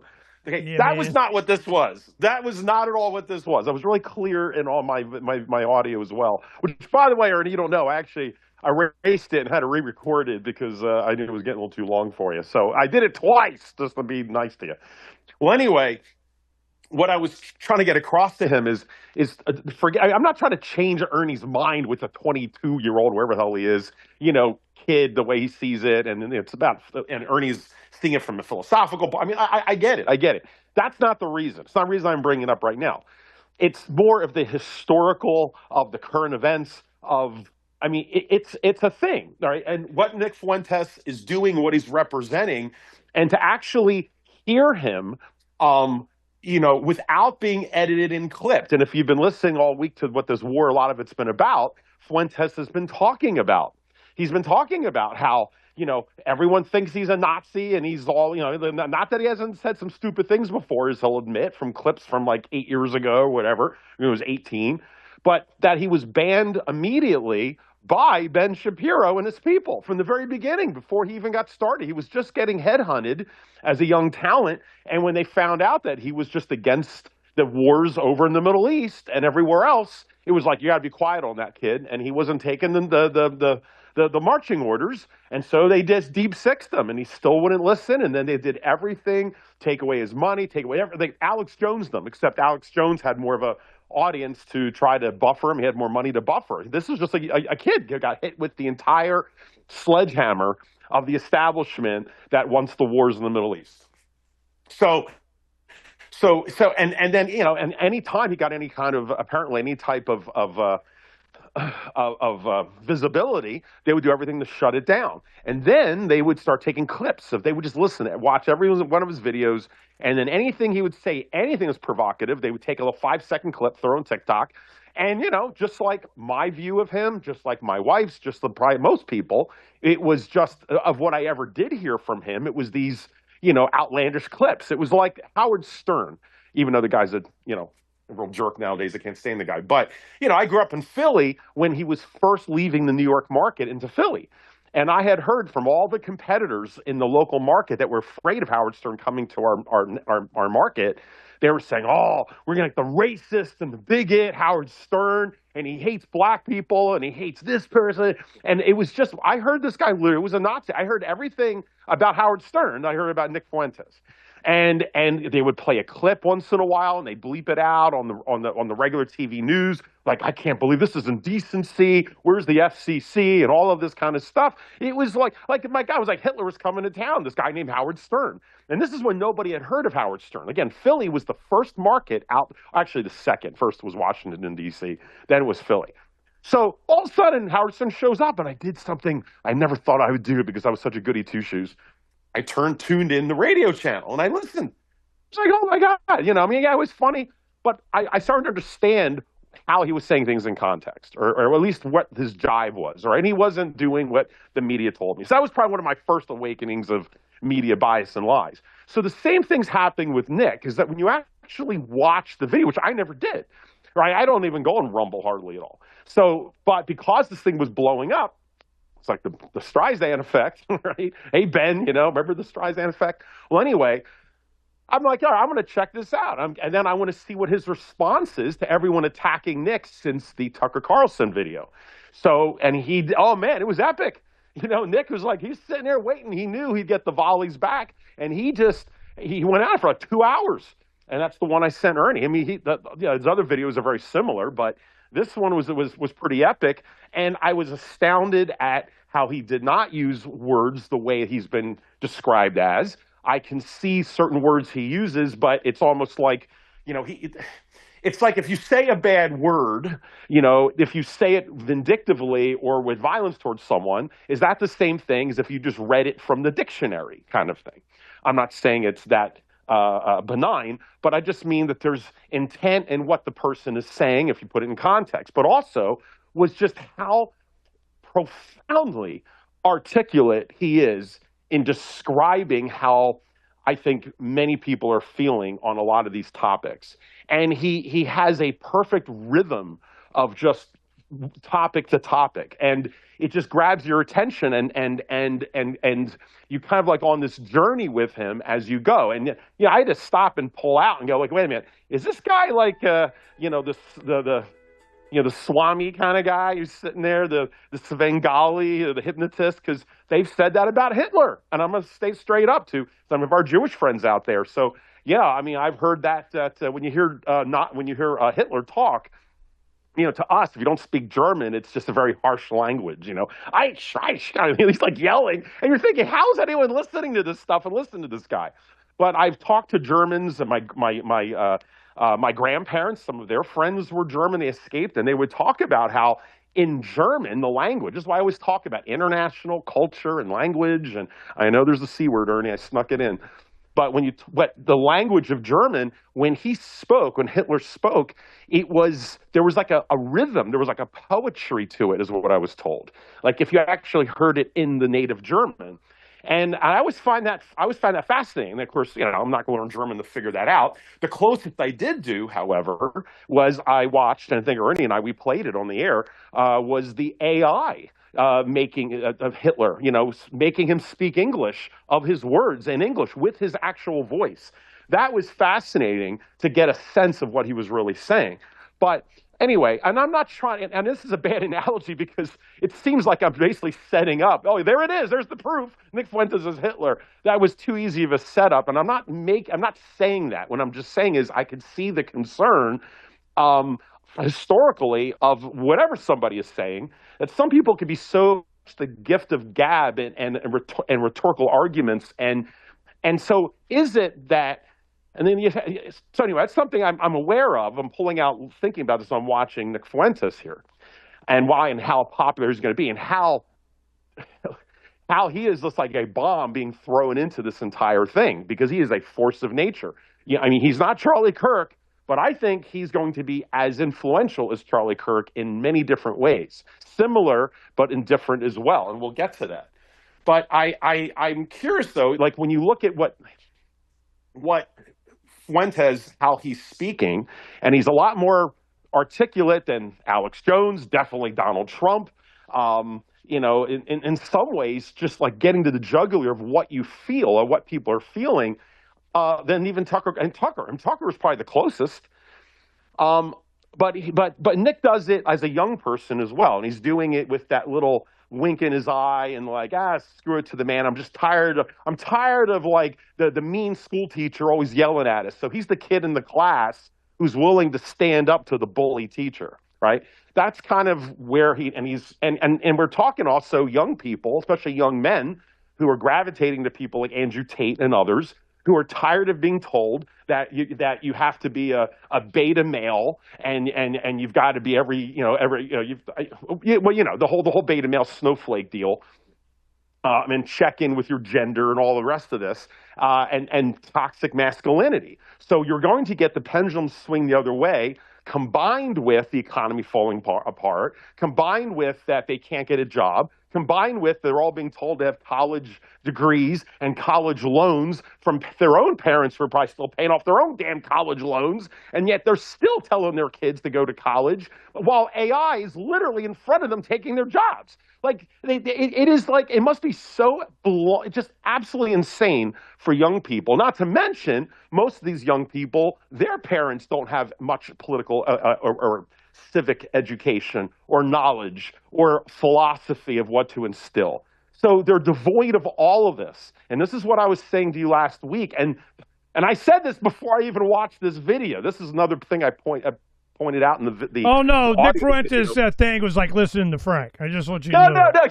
No. Well, no, I mean, different, but similar themes. But remember I said at the end of last week, I kind of went on a rant trying to talk about how I feel, and I've seen this for years, how the young people are just going to come out of this angry, and they're going to get to the point where they don't care about the details or the philosophy or this or that. And and that's the dangerous thing. It's Generation Alpha. Literally, they are Generation Alpha, but whenever you have the fourth turning going to the next one, I mean, you're going to have a generation that comes from the weakest generation, right? Like good times make weak men, to the strongest and the angriest, and those that have the memory of what it took to get over that hump in history, whatever it is. And that's the generation that we're seeing. And Nick is like, maybe the kind of like how Tucker Carlson is sort of like the zenith of my generation, right? We're basically the same age, like in mid-50s, and he's kind of like the elder of the young people, right? He's like the oldest person that young people will respect and listen to. And I think Nick or people like him are going to be that next bar of people coming from below. But anyway, so I was trying to bring this up to Ernie about, to me, just to understand this is a force of nature, and why the entire Republican establishment is fracturing right now in more ways than maybe you are aware of and you just don't care, or maybe some areas you're not seeing. But it's, you got some little 20-something-year-old kid who's basically causing this rupture. Now, it's not him, though. Just like Trump Just like Dr. King, white people blame Dr. King. He's a symptom of what's been brewing for a long time. And when I went and did my rant last time, and I said these young people are going to give basically an F-bomb to all of the older people, and I'm not going to read you that rant, but I was talking about the Donald Trumps and the Nancy Pelosi's and on both sides of all these older people who will not leave power.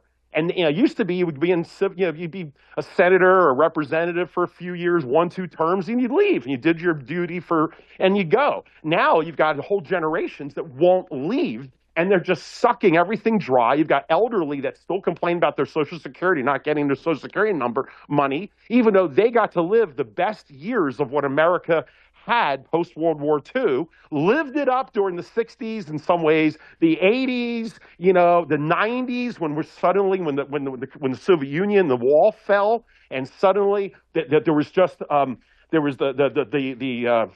democracy that was left standing after fascism fell, and then communism fell. It was liberal democracy that was the New World Order. That's when suddenly the United Nations took off, and the World Health Councils, and all of this stuff started. I'm not blaming just Clinton, but Bush, Clinton, Obama, the other Bush, all of them. That was the time, the peaceful time, supposedly, where we're worrying about the blue dress in the White House. And that was our concerns, right? And technically or supposedly, I know this is balanced budget BS, but they balanced the budget, got a surplus, as some people might argue, obviously against. But it was, let's just say, we're at peak empire without any competition, and it got to everyone's head, and the money and the greed, and flipping houses and living large, and lifestyles of the rich and famous, and all of this from generations that never earned it from like the greatest generation, the generations before. And so now we're paying the piper. And yet that's the generation that's complaining, I with my Social Security, I paid into it. Yeah, really. Your lockbox that you knew wasn't there. And you should have voted everybody out or voted libertarians, because you've had plenty of opportunities of people who've been trying to tell you this, but you don't care and you don't get angry when a third party is kept out of the national debates and the entire discussion. That has been my issue from day one, is that you can't sit there and say you don't have any choices or you didn't know any better when you sit back and you have 4 people on your ballot for president of the United States, to keep it simple, and only 2 of them, the same 2, are always are always the official candidates. Right? And nobody ever questioned it. No one ever thought that was wrong. And they would just say, oh, it's Tweedledee and Tweedledum, the best of 2 evils. And they get their damn vote, I voted today sticker. And they go on their day and then they bitch the next time. And meanwhile, the people that are trying to make solutions and trying to bring these things up, if you're lucky, they put you on at 1 a.m. on the PBS channel. Right? That's what the hell I saw this whole time. So I have no sympathy for older people, even some of you people who've figured it out recently, and you're wondering, if you're listening to the show, hopefully you're taking care of yourselves and at least you get it. But, there's people out there that still want their Social Security check and they still want theirs. And they have no clue what they're doing to the younger people. On top of, and I won't make this too much of it, I can rant on everything on this. I'm just frustrated for this generation. And that's on top of social media and the internet. Just like right now, you've got Sam Altman, all of them saying, oh, AI is going to change everyone's life for the better. We're all going to sit around like the Jetsons and get back into painting and artwork, and the robots will do all of our hard work. Are you kidding me? Like, that's what they're selling, just like when social media first came out. Oh, this will be great. This will be great. Right? Well, yeah, but human beings are now lab rats. Not to get on medicine and psychology, but, this is a social experiment. One of the largest social experiments in human history is what happens when you throw social media and all the trappings and to human beings, let alone children. And so everything, how sex now is sold or discussed or it's rampant everywhere, and how that's affecting people's sexual relationships or lack of. This whole thing.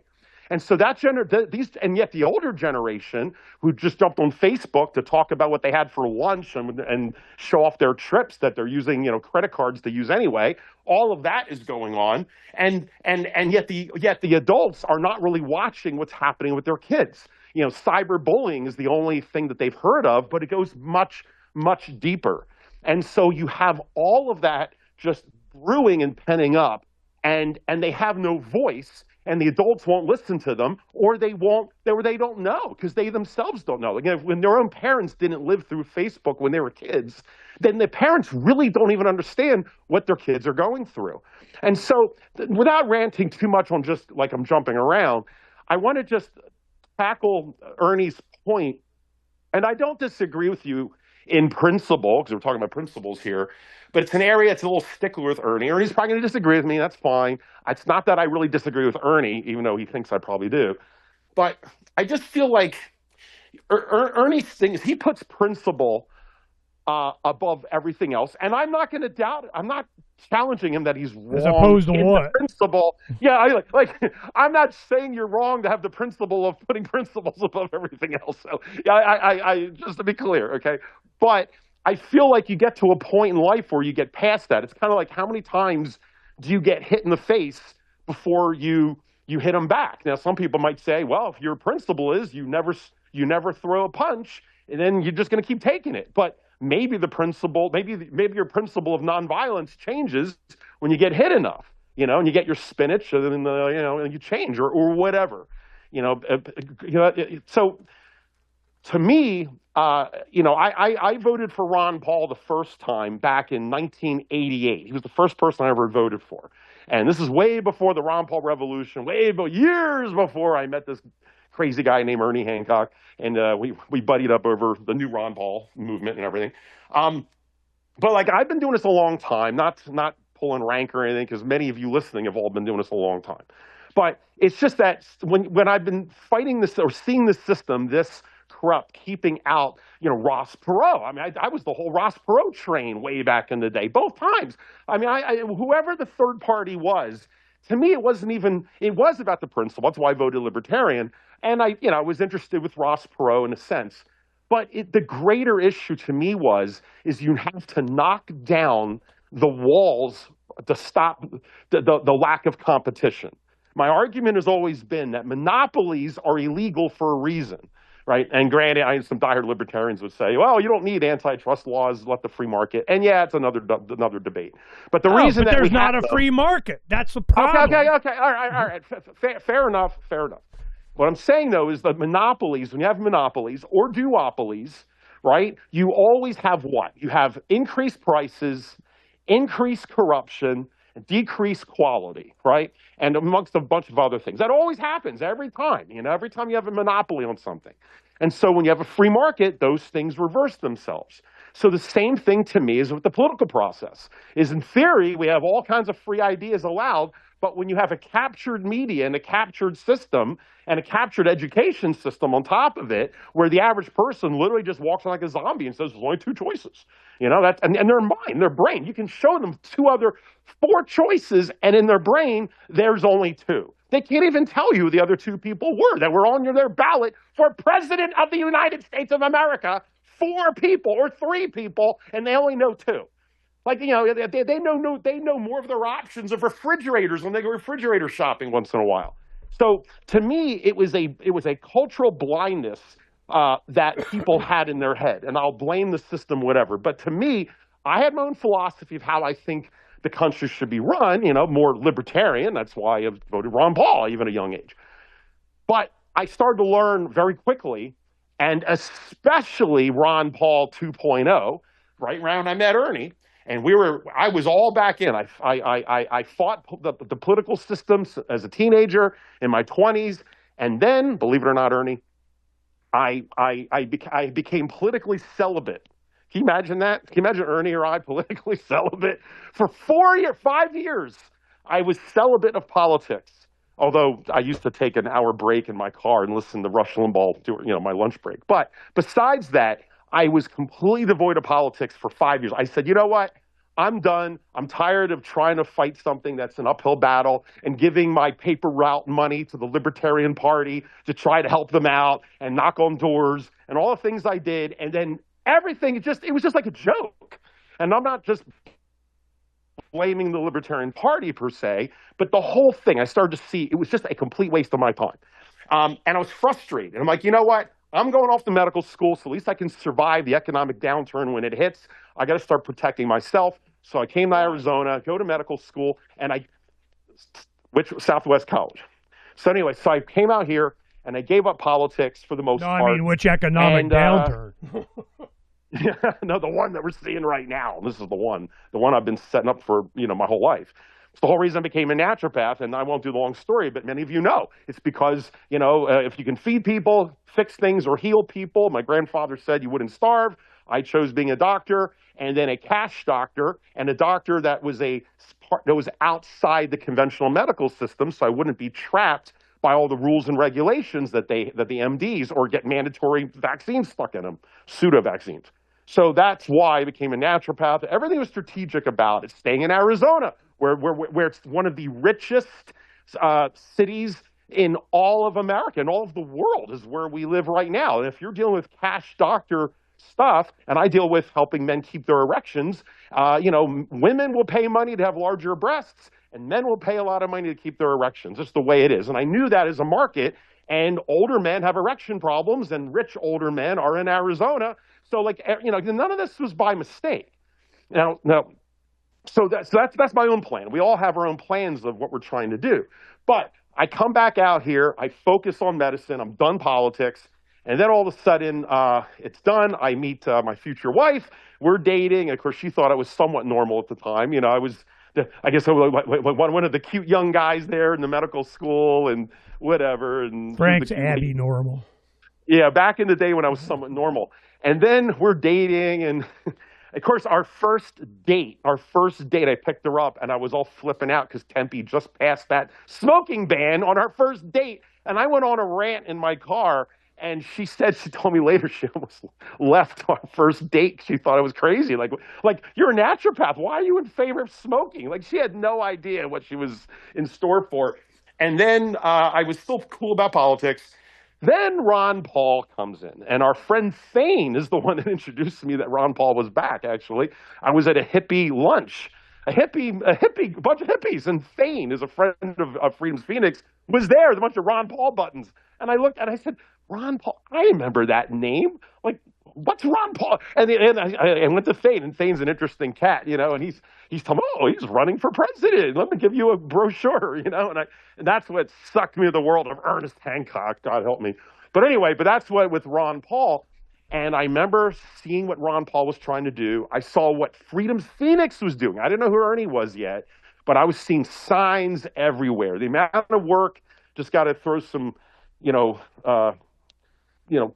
compliment to Ernie of just how much he did here in Arizona. You couldn't go anywhere without seeing It's Not My Dad and Who's Ron Paul. Yeah, but what was the secret? Why? Why did you have such an impact here in Arizona? And then, of course, it went worldwide. But why? Why do you think that happened?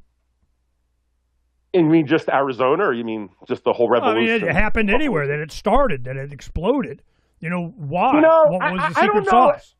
Ernie, it's a good question. I don't know if I'll have the answer that you're looking for, perhaps, because I was maybe in a different spot of my background. But I will say I loved it being organic. I love the fact that there were people just putting signs places that you probably weren't supposed to.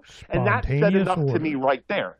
Exactly. It was, to me, that's what got my interest. And then I contacted that guy Thane again, and I heard about the club, the warehouse, and it went on from there. And as I got involved with Levolution, I remember I had to talk with Savarda, and I said, let's have a drink. I remember sitting down with her in our couch in our old apartment, and I said, it was almost like she thought I was about to tell her I was gay or something.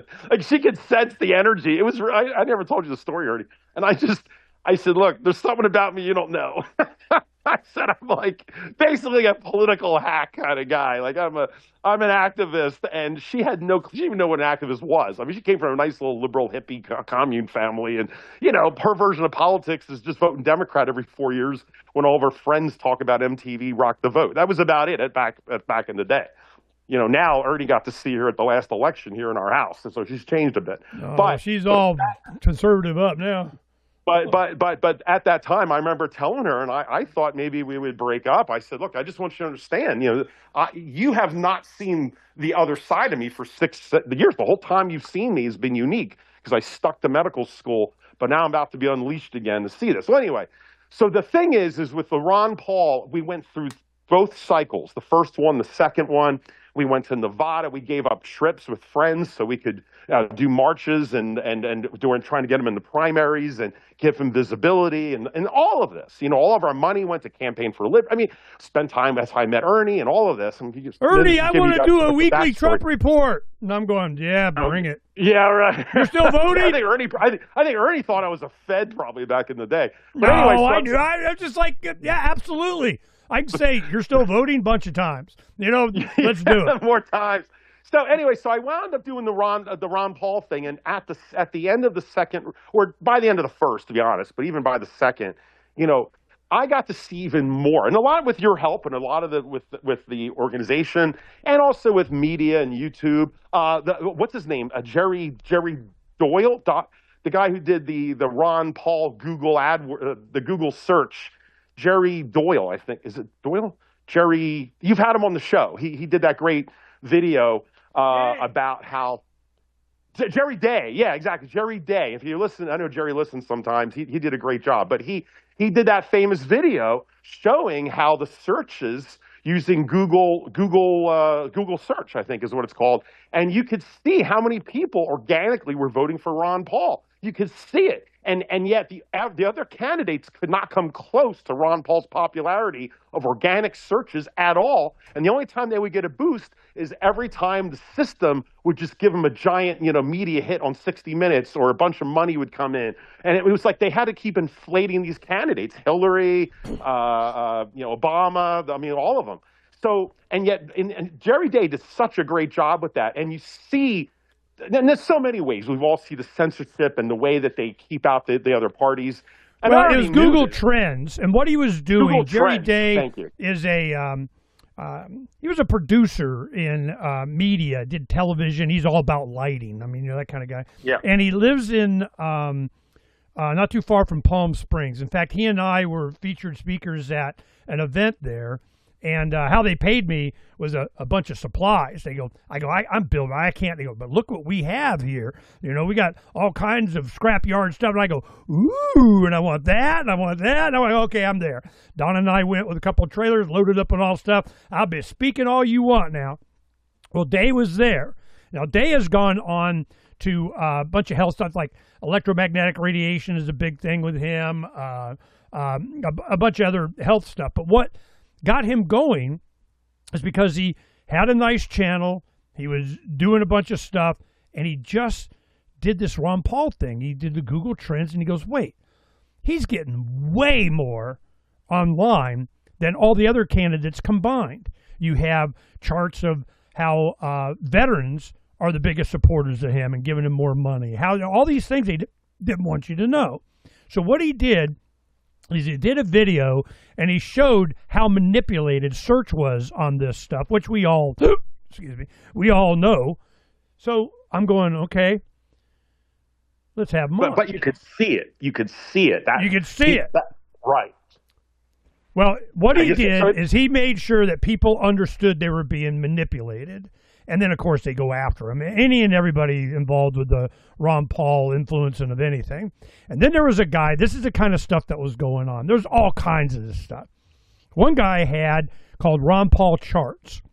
And what he would do is there was publicly available data that you can download different, what do they call them, APIs of, have the data come in for different polling and economic things and all this kind of stuff. Well, it was all about Ron Paul.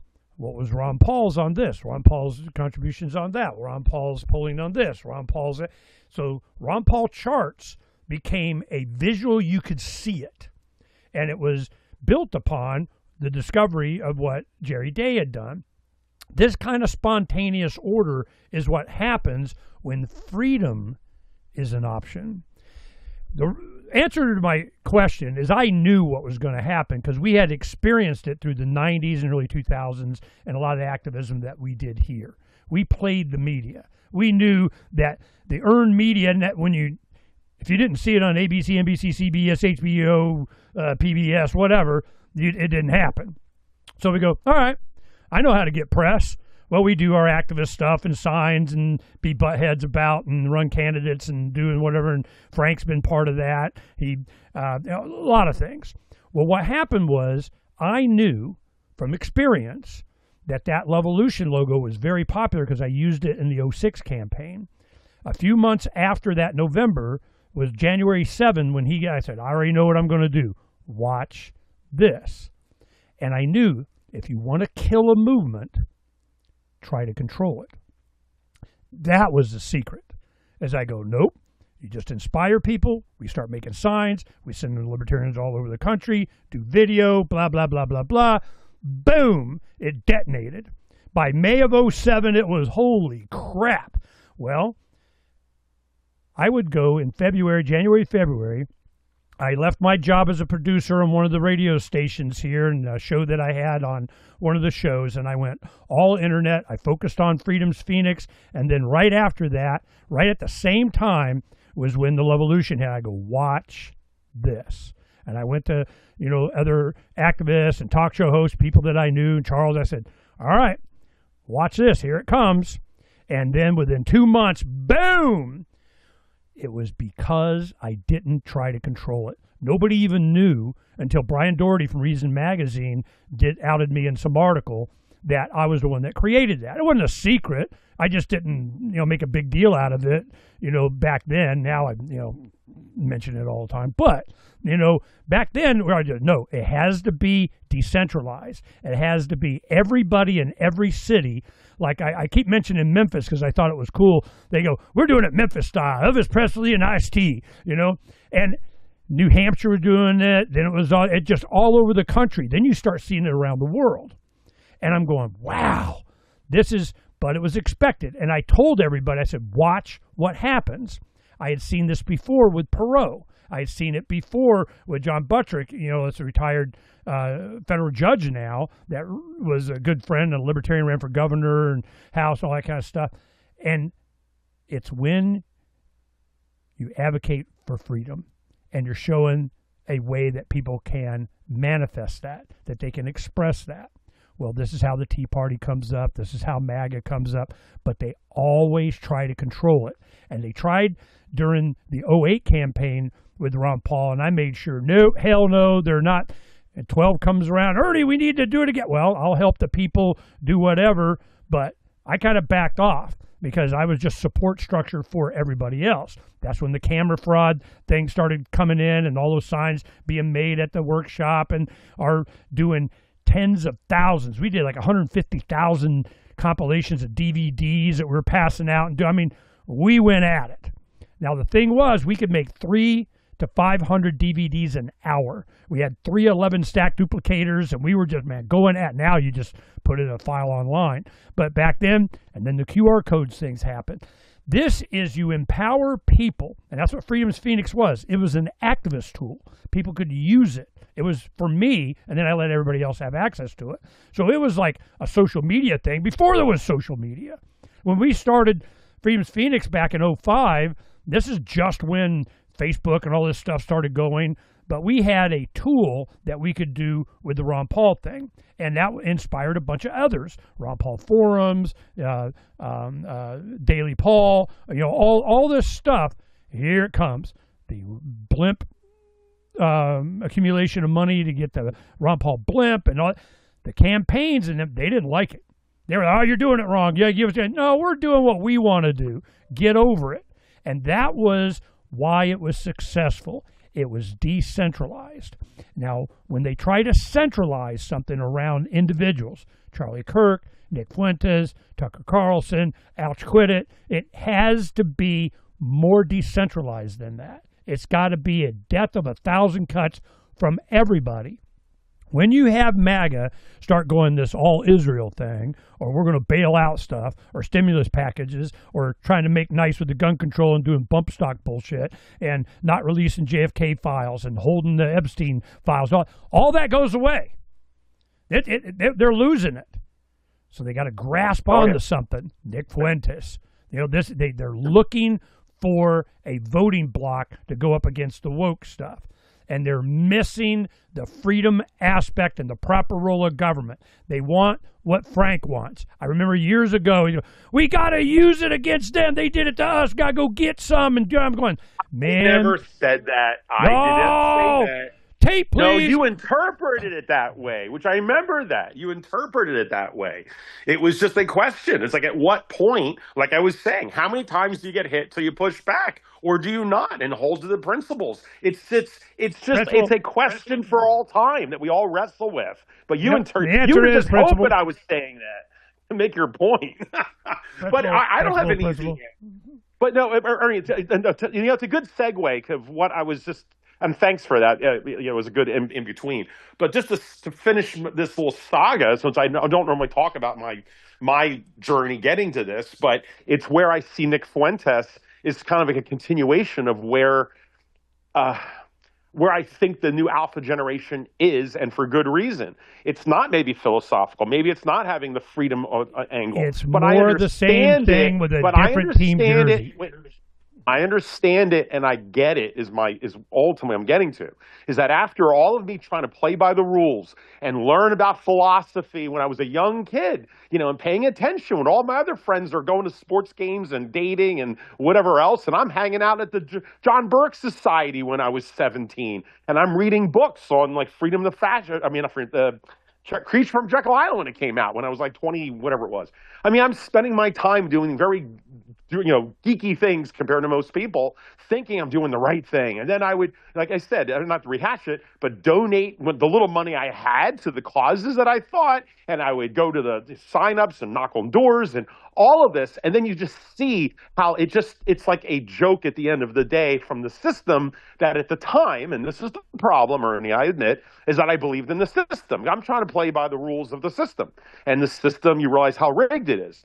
And before I went to med school, I began to realize this will never change because enough people don't know.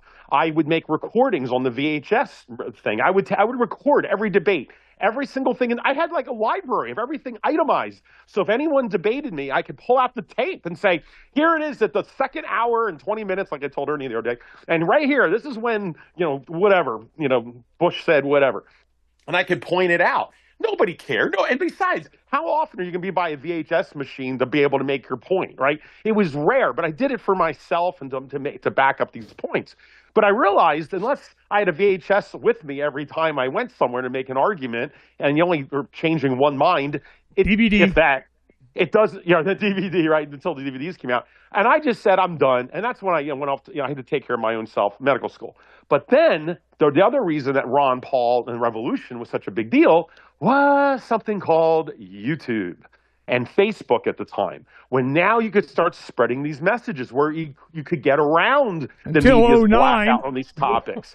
And that's when I was like excited. I'm thinking, geez, you mean I don't have to just do all this work for one VHS tape? I can send a YouTube video to 10 million of my best friends. And now everyone's going to see it. And hallelujah, finally freedom. And we're finally going to have our country back. Like, I was naive enough to think that the only problem was that people just didn't have access to the information. Now they have access. And, I sent emails. I did all kinds of stuff back in that campaign. And we got the door slammed in front of us, right?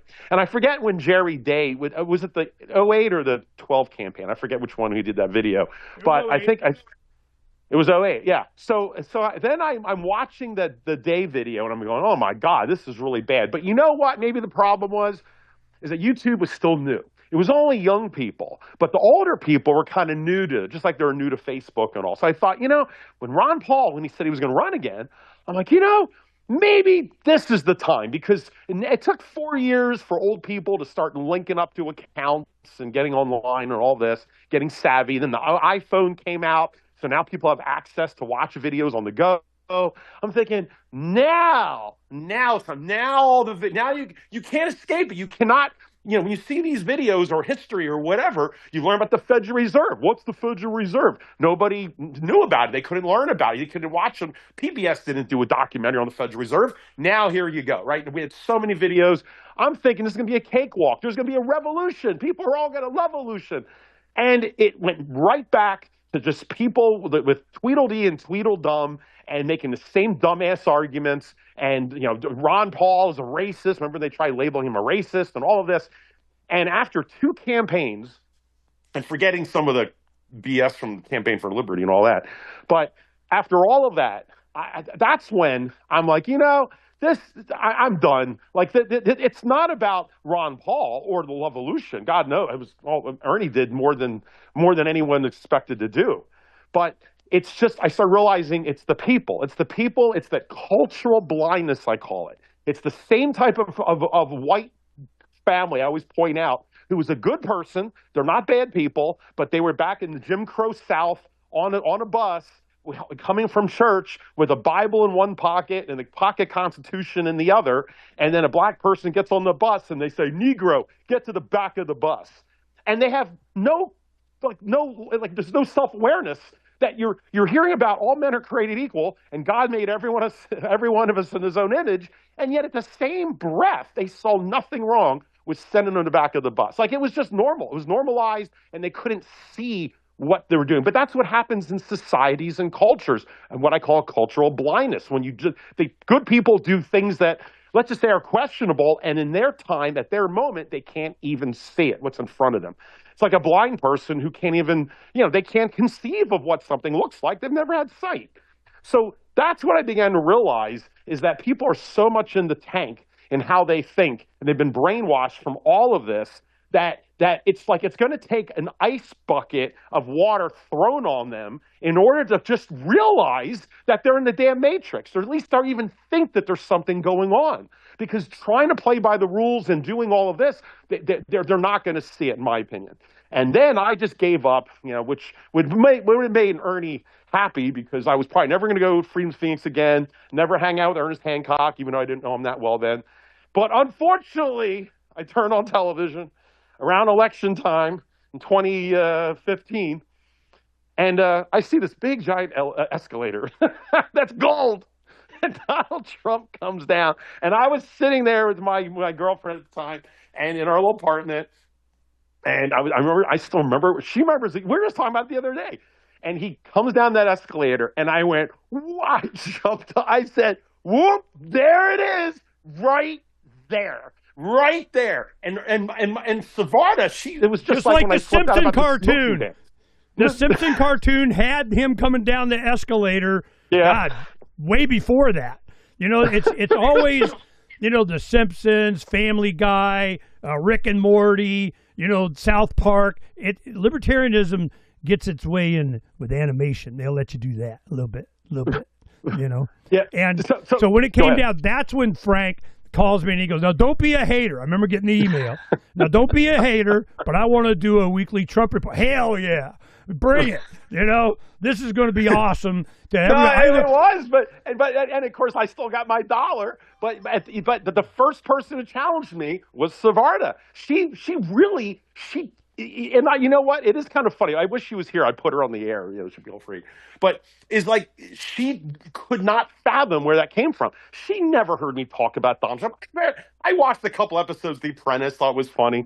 It's like she never even heard me talk about Donald Trump ever. It was all Ron Paul and and Federal Reserve and Thomas Jefferson and all of this. And then I flip out when Donald Trump comes down an escalator, and she goes, "Why are you so excited?" I said, this guy's going to win. He is going to win. And I said, this is the bullet. I said, this is the ice water I've been talking about. But to be clear, even at the time, I was for Ben Carson or Rand Paul. That's who I was for at the time. And it had nothing to do, or he sometimes has a challenge with this point, which is it doesn't mean that I agree with Donald Trump. It wasn't the point anymore. I was past, and this is where this whole long story, it challenges your point, and we'll have a fun debate about it maybe, but it's that I understand the philosophy, but to me, it jumped the shark from the story I just pulled, for me, when I realized that it wasn't, that you needed someone to throw the ice water for people to realize that they were trapped and they couldn't see it.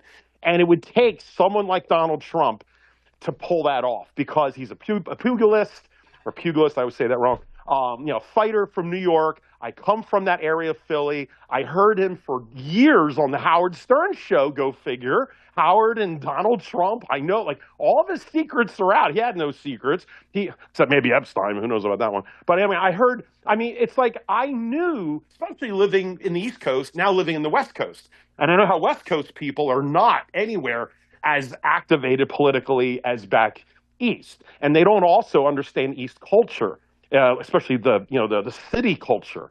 And Donald Trump is like, he's like some of my uncles, and and he had the money to fight the legal battles, and he understood the media. He was like king of all media, like Howard Stern. He had books, and he was in movies and TV shows, and I mean, just everything. So he knew how the system worked. And I thought, this guy is not going to be like iced out like Ron Paul. And I love Ron Paul. Dr. Paul, I mean, he's a hero. But, my only slight I'd give him, if I call it that, only, respectfully, and I've said this before, is just, how he would not fight back. When they would ice him out, I mean, he would just go, well, they're just not ready for my message yet, and they're just, and it took playing the long game. Tonight Show. It took Jay Leno to invite him on the Tonight Show when he was iced out of the debate, and God bless Jay Leno, he gave him the coverage, but also, Twitter wasn't really out yet. And Ron Paul, he let all of us do the fighting for him, which I thought was also a good strategy. People like Ernest Hancock and all of us to stand up and spread the message. But I saw the system for all of its ugliness. And Donald Trump is ugly in his own way. And it takes one to know one. And that's why when he went down the escalator, I knew that this was going to be everything that's happening right now. I'm not going to say I predicted all the steps, but everything that's happening over pretty close. In other words, if you asked me when he went down the escalator, what's going to happen, I would pretty much tell you some version of what's been happening all of these years, right? It's been Donald Trump nonstop. It seems like for 25 years at this point. Yeah. But and when Phranq came on everything to do the Trump thing, we had like our friend Green. He goes, is Phranq endorsing Trump? Is he for him? I go, of course. But you say, no, I'm just, I'm just researching. I'm just kind of, I wasn't endorsing him. We all knew. Endorsing him. No, I went to Ben Carson and gave him like $250, but it was dinner here in Phoenix. But no, because this is the point. I appreciate you guys listening. If you're still listening, we all have our interesting journeys and stories to this. And maybe Ernie's even learned a few things today about me on this. But what I'm trying to bring up. I'm trying to tie, but exactly. I'm tying this right to Nick Fuentes, or at least the movement that what he's bringing up is that it's like, and Ernie, I know it's going to trigger you. I don't mean to, but I feel it's like you get hit in the face enough times. It's like, all right, well, we got to change how to do this. And unfortunately, and it is unfortunate that oh man, I'm really not trying to argue with you about this, is that, oh, God, I know. I'm going to pay. What else you can do? There's no way out of this one, Ernie. But I don't know how to word this differently. But that sometimes not that you sell out your ethics, but that the philosophy, I guess the best way I can describe it is that the philosophy maybe at times has to take a back seat in order to fix a problem and or at least try something different. Like they say, doing the same thing over and over is insanity, right? And so to me, just doing another candidate, whether it's and of course, like, not to get into it, all the details, but the whole story about Ralph Nader. And I wasn't even a Green Party person, but I respected Ralph Nader, and at gunpoint they kept him out of his own debate. Ernie knows how much that triggered me. That was one of the most influential, anger-inducing political activist moments in my life, and it wasn't even about a libertarian, it was about a candidate I wasn't even going to vote for. That's how strong I am about principle. It's not on the principle about how everyone should have access to the system, especially if now, let me clarify. I don't mean that the government should sit there and everyone gets a badge to do it. It should be the free market in essence. But what I started to learn is there wasn't a free market of ideas. It was controlled. And it wasn't just the media. The media is not free on their own. It's crony capitalism. So the media is controlled by the government. And then Operation Mockingbird, you find out. And then government, spooks that they put into the media, like what happened with Woodward and was it Goldstein Bernstein. Or Woodward and Bernstein? Yeah, I forget. One of them was ex-CIA. One of them was a complete CIA guy. I mean, Tucker even had a whole thing on that one.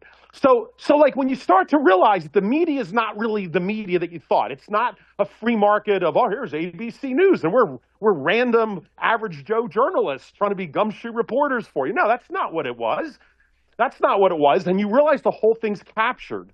And then anytime anyone tries to challenge the system, you start to see this. And it's a lot more visible now, and definitely visible now, which is why Nick and all these, including, what's her name? Cooper, Brett Cooper. Brett Cooper, the other young person from the Daily Wire. And she left the Daily Wire, you know, a mini Ben Shapiro, they thought. And now she just did her video completely slamming his. Heck, she told Mark Levin after his speech the other day at the Jewish American Council there. She said, or not, no, it was I think the Senator Fine. Maybe it was Senator Fine from Florida. But, you know, it was a couple of those people. And she said, this is her words. She said, this is an ex-Daily Wire young person. She's like the female Tucker Carlson, or young female Tucker Carlson for her age group. And she said, well, you guys, a lot of you have dual citizenships. So if you like it so much over there, maybe you should just move there if you like it. I mean, she's anti-Semitic. So, no, exactly. And this is Brett Cooper, who was at the Daily. This is Brett Cooper, who's young. You got Tucker, who the young people listen to. You have Nick Fuentes, who's being used as the poster child for right now. You have, I mean, there's a few others I'm forgetting offhand. They're all changing and turning, and that doesn't even include the left. That they've left that ship, and then they vote in a mayor who blatantly says, "I'm not kissing the wall. I'm staying here." And, you know, I got to inject here. Okay, so this is happening from all sides.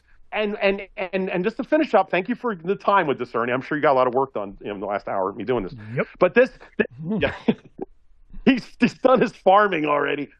So what I'm starting to see the pattern, not that this should be a surprise to people, but you can see it a lot more now of what Nick Fuentes has, you know, the Barbra Streisand effect, and it's illuminating a lot of this for normies who didn't even see it before. So let me just rattle this off quick. They admitted at the Jewish American, I think that's what it's called, the Jewish American Foundation. That's the videos everyone's been watching that they're playing all week. Yeah, I know. Where they're just, I just want to make sure I get the, you know, that's whatever. That's Jewish American. It's the name of it. Okay, just to be clear for the audience, I'm not just saying that because they're Jewish. It's that's the name of it. So anyway, but Mark Levin was saying, I don't know why people think it's a problem to cancel people. You know, you have to cancel people when it's appropriate if they're saying the wrong message. And then he proudly says, we canceled Pat Buchanan. You guys all remember Pat Buchanan? I have a lot of respect for Pat Buchanan. At the time, I didn't understand why I was supposed to. You have the same birthday? No, he just had a birthday. We had. Oh yeah, he did. Yeah. It's a shame he's probably not able to talk much with stuff now. But he was like the OG for a lot of this nationalist movement. I mean, there was others before. I mean, there's Wendell Willkie. You know, a lot of these guys were trying to bring this up. But Pat Buchanan, you know, you look back, I always remember seeing him on the the McLaughlin Group was my favorite show back in the day. The answer is 5 seconds. And the fact that he would have Eleanor Cliff, you know, the diehard leftist, and she'd be sitting next to Pat Buchanan, and then what's his name, Sam, the guy with the bow tie for his name. Oh, George Will. He would have George Will in there sometimes. Anyway, George Will was on David Brinkley as well. But anyway, you would have Pat Buchanan, and I would listen to him and say, man, he makes a lot of sense. And yet there was always this vibe that he was toxic. But McLaughlin was fair enough to give him some airspace. And then remember Pat Buchanan won he won one or two of the primaries whatever year he ran for president. 96. And Bo Buchanan was there supporting them the whole bit, and it looked like they were getting some steam. And then they got cut off from the knees from that campaign. And Mark Levin the other day is like, we successfully canceled him, right? So you've got Pat Buchanan, who basically his whole thing was America first. Let's not have wars over in the Middle East. He said, and Lindsey Graham got his say in there too. Same crap. Yeah. And so you've got Pat Buchanan getting iced, and I saw that, and I didn't think he was saying anything outrageous. It was like it's a fair point, right? How come we're always in the Middle East? Shut up, sit down. You can't talk about it. So it's Pat Buchanan. Then who else? Ross Perot. Now Ross Perot was not like talking like Ron Paul yet, but he was basically protecting America's interests, right? He was not interested in foreign policy. His big policy thing was issues. the debt. He could see what the debt was going to do. The debt and the military-industrial complex and foreign wars are, let's just say, contributing just a teensy-weensy to the debt, right? Not to mention ticking off the rest of the world and all these other problems. Anyway, so Ross Perot became a danger to the system, where it was so dangerous, they changed the rules of how elections are done, and they created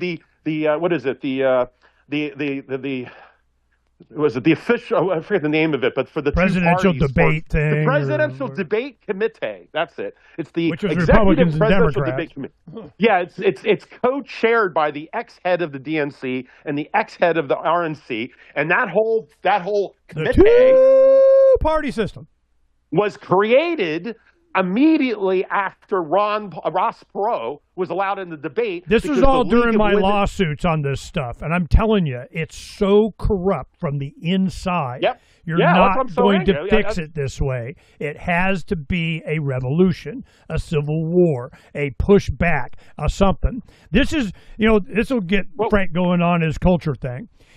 Take a look at the screen. Ernie, just give me 1 minute. Just to finish the point is that the theme, I know, you've been good, Ernie. I have to give you go.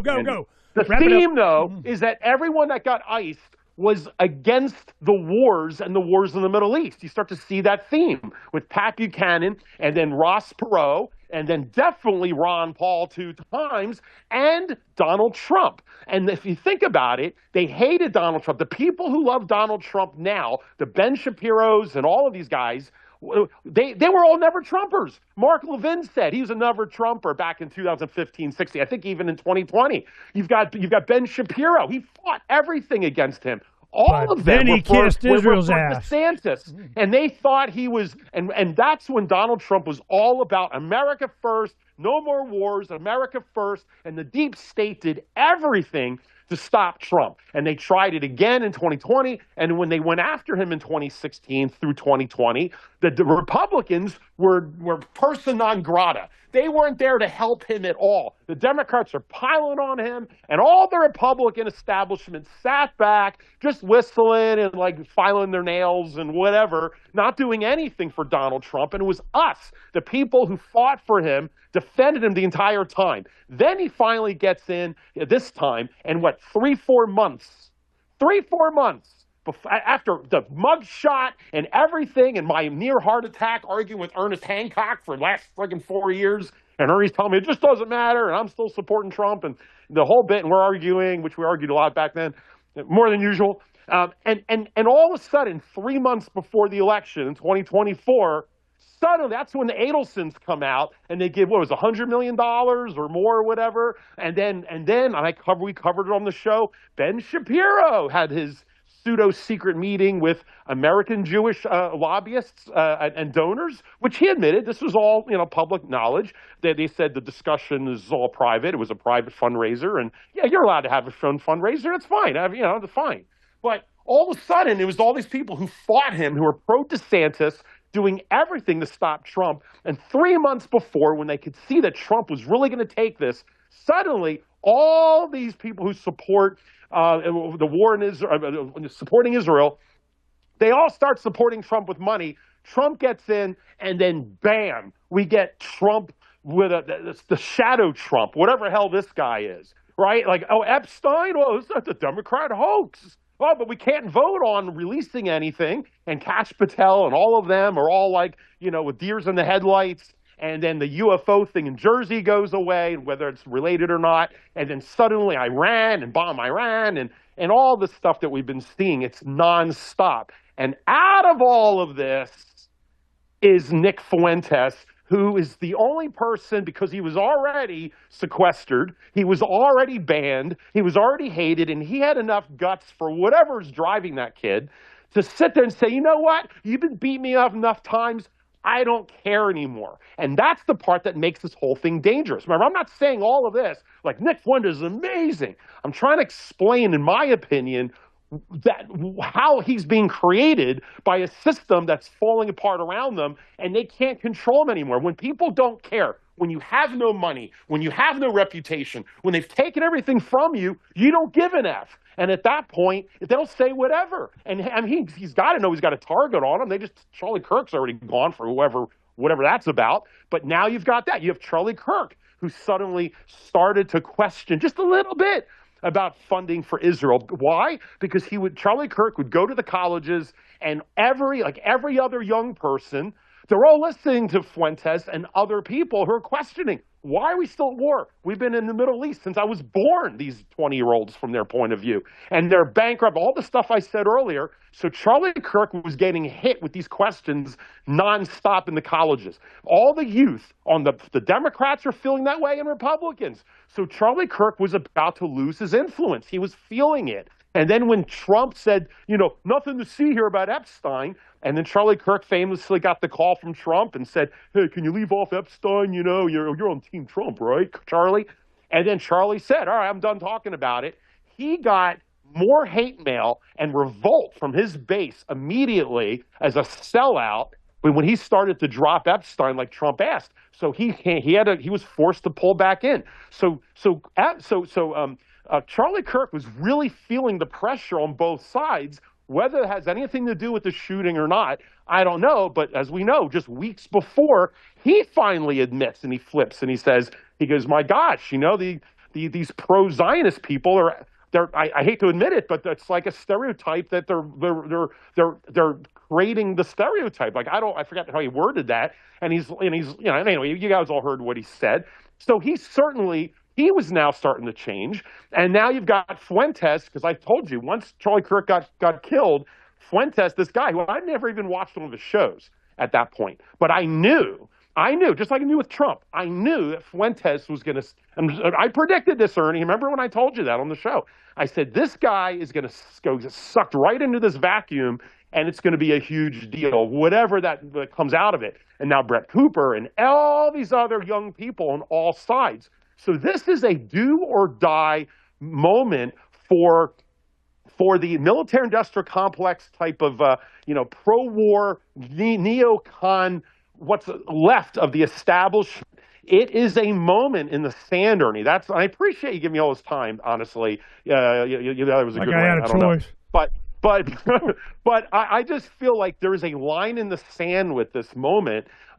Historically, this does not say my belief or not. I know it sounds like I'm just trying to play coy, but I'm just talking kind of historically what we're seeing. And that Tucker Carlson, doing that video just last night about Lindsey Graham.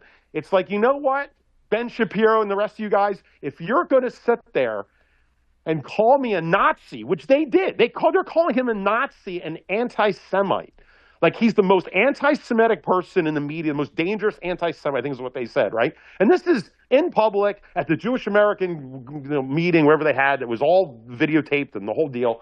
And they're calling Tucker Carlson. You would disagree with his policy choice, fine.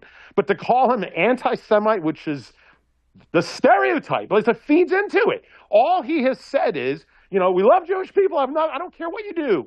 Dave Smith is Jewish, and he's as he says, part of the problem, and we love Dave Smith too. And Peter Schiff, it has nothing to do about being Jewish. It's about caring about another country, whether it's Denmark, whether it's India, whether it's some little tiny South African country. It doesn't matter. You just put whatever name, it doesn't matter. It should be America first, like George Washington would say, Ron Paul would say, same thing. But you can't deal with it in this, when it comes to Israel. So this is just getting illuminated so much. And when they're calling Tucker an anti-Semite for just simply having that view, on top of Candace, on top of everybody else, that's when Tucker, I think, really, and this has been a fascinating week. I mean, this has been a really interesting week for me to watch cultural politics here.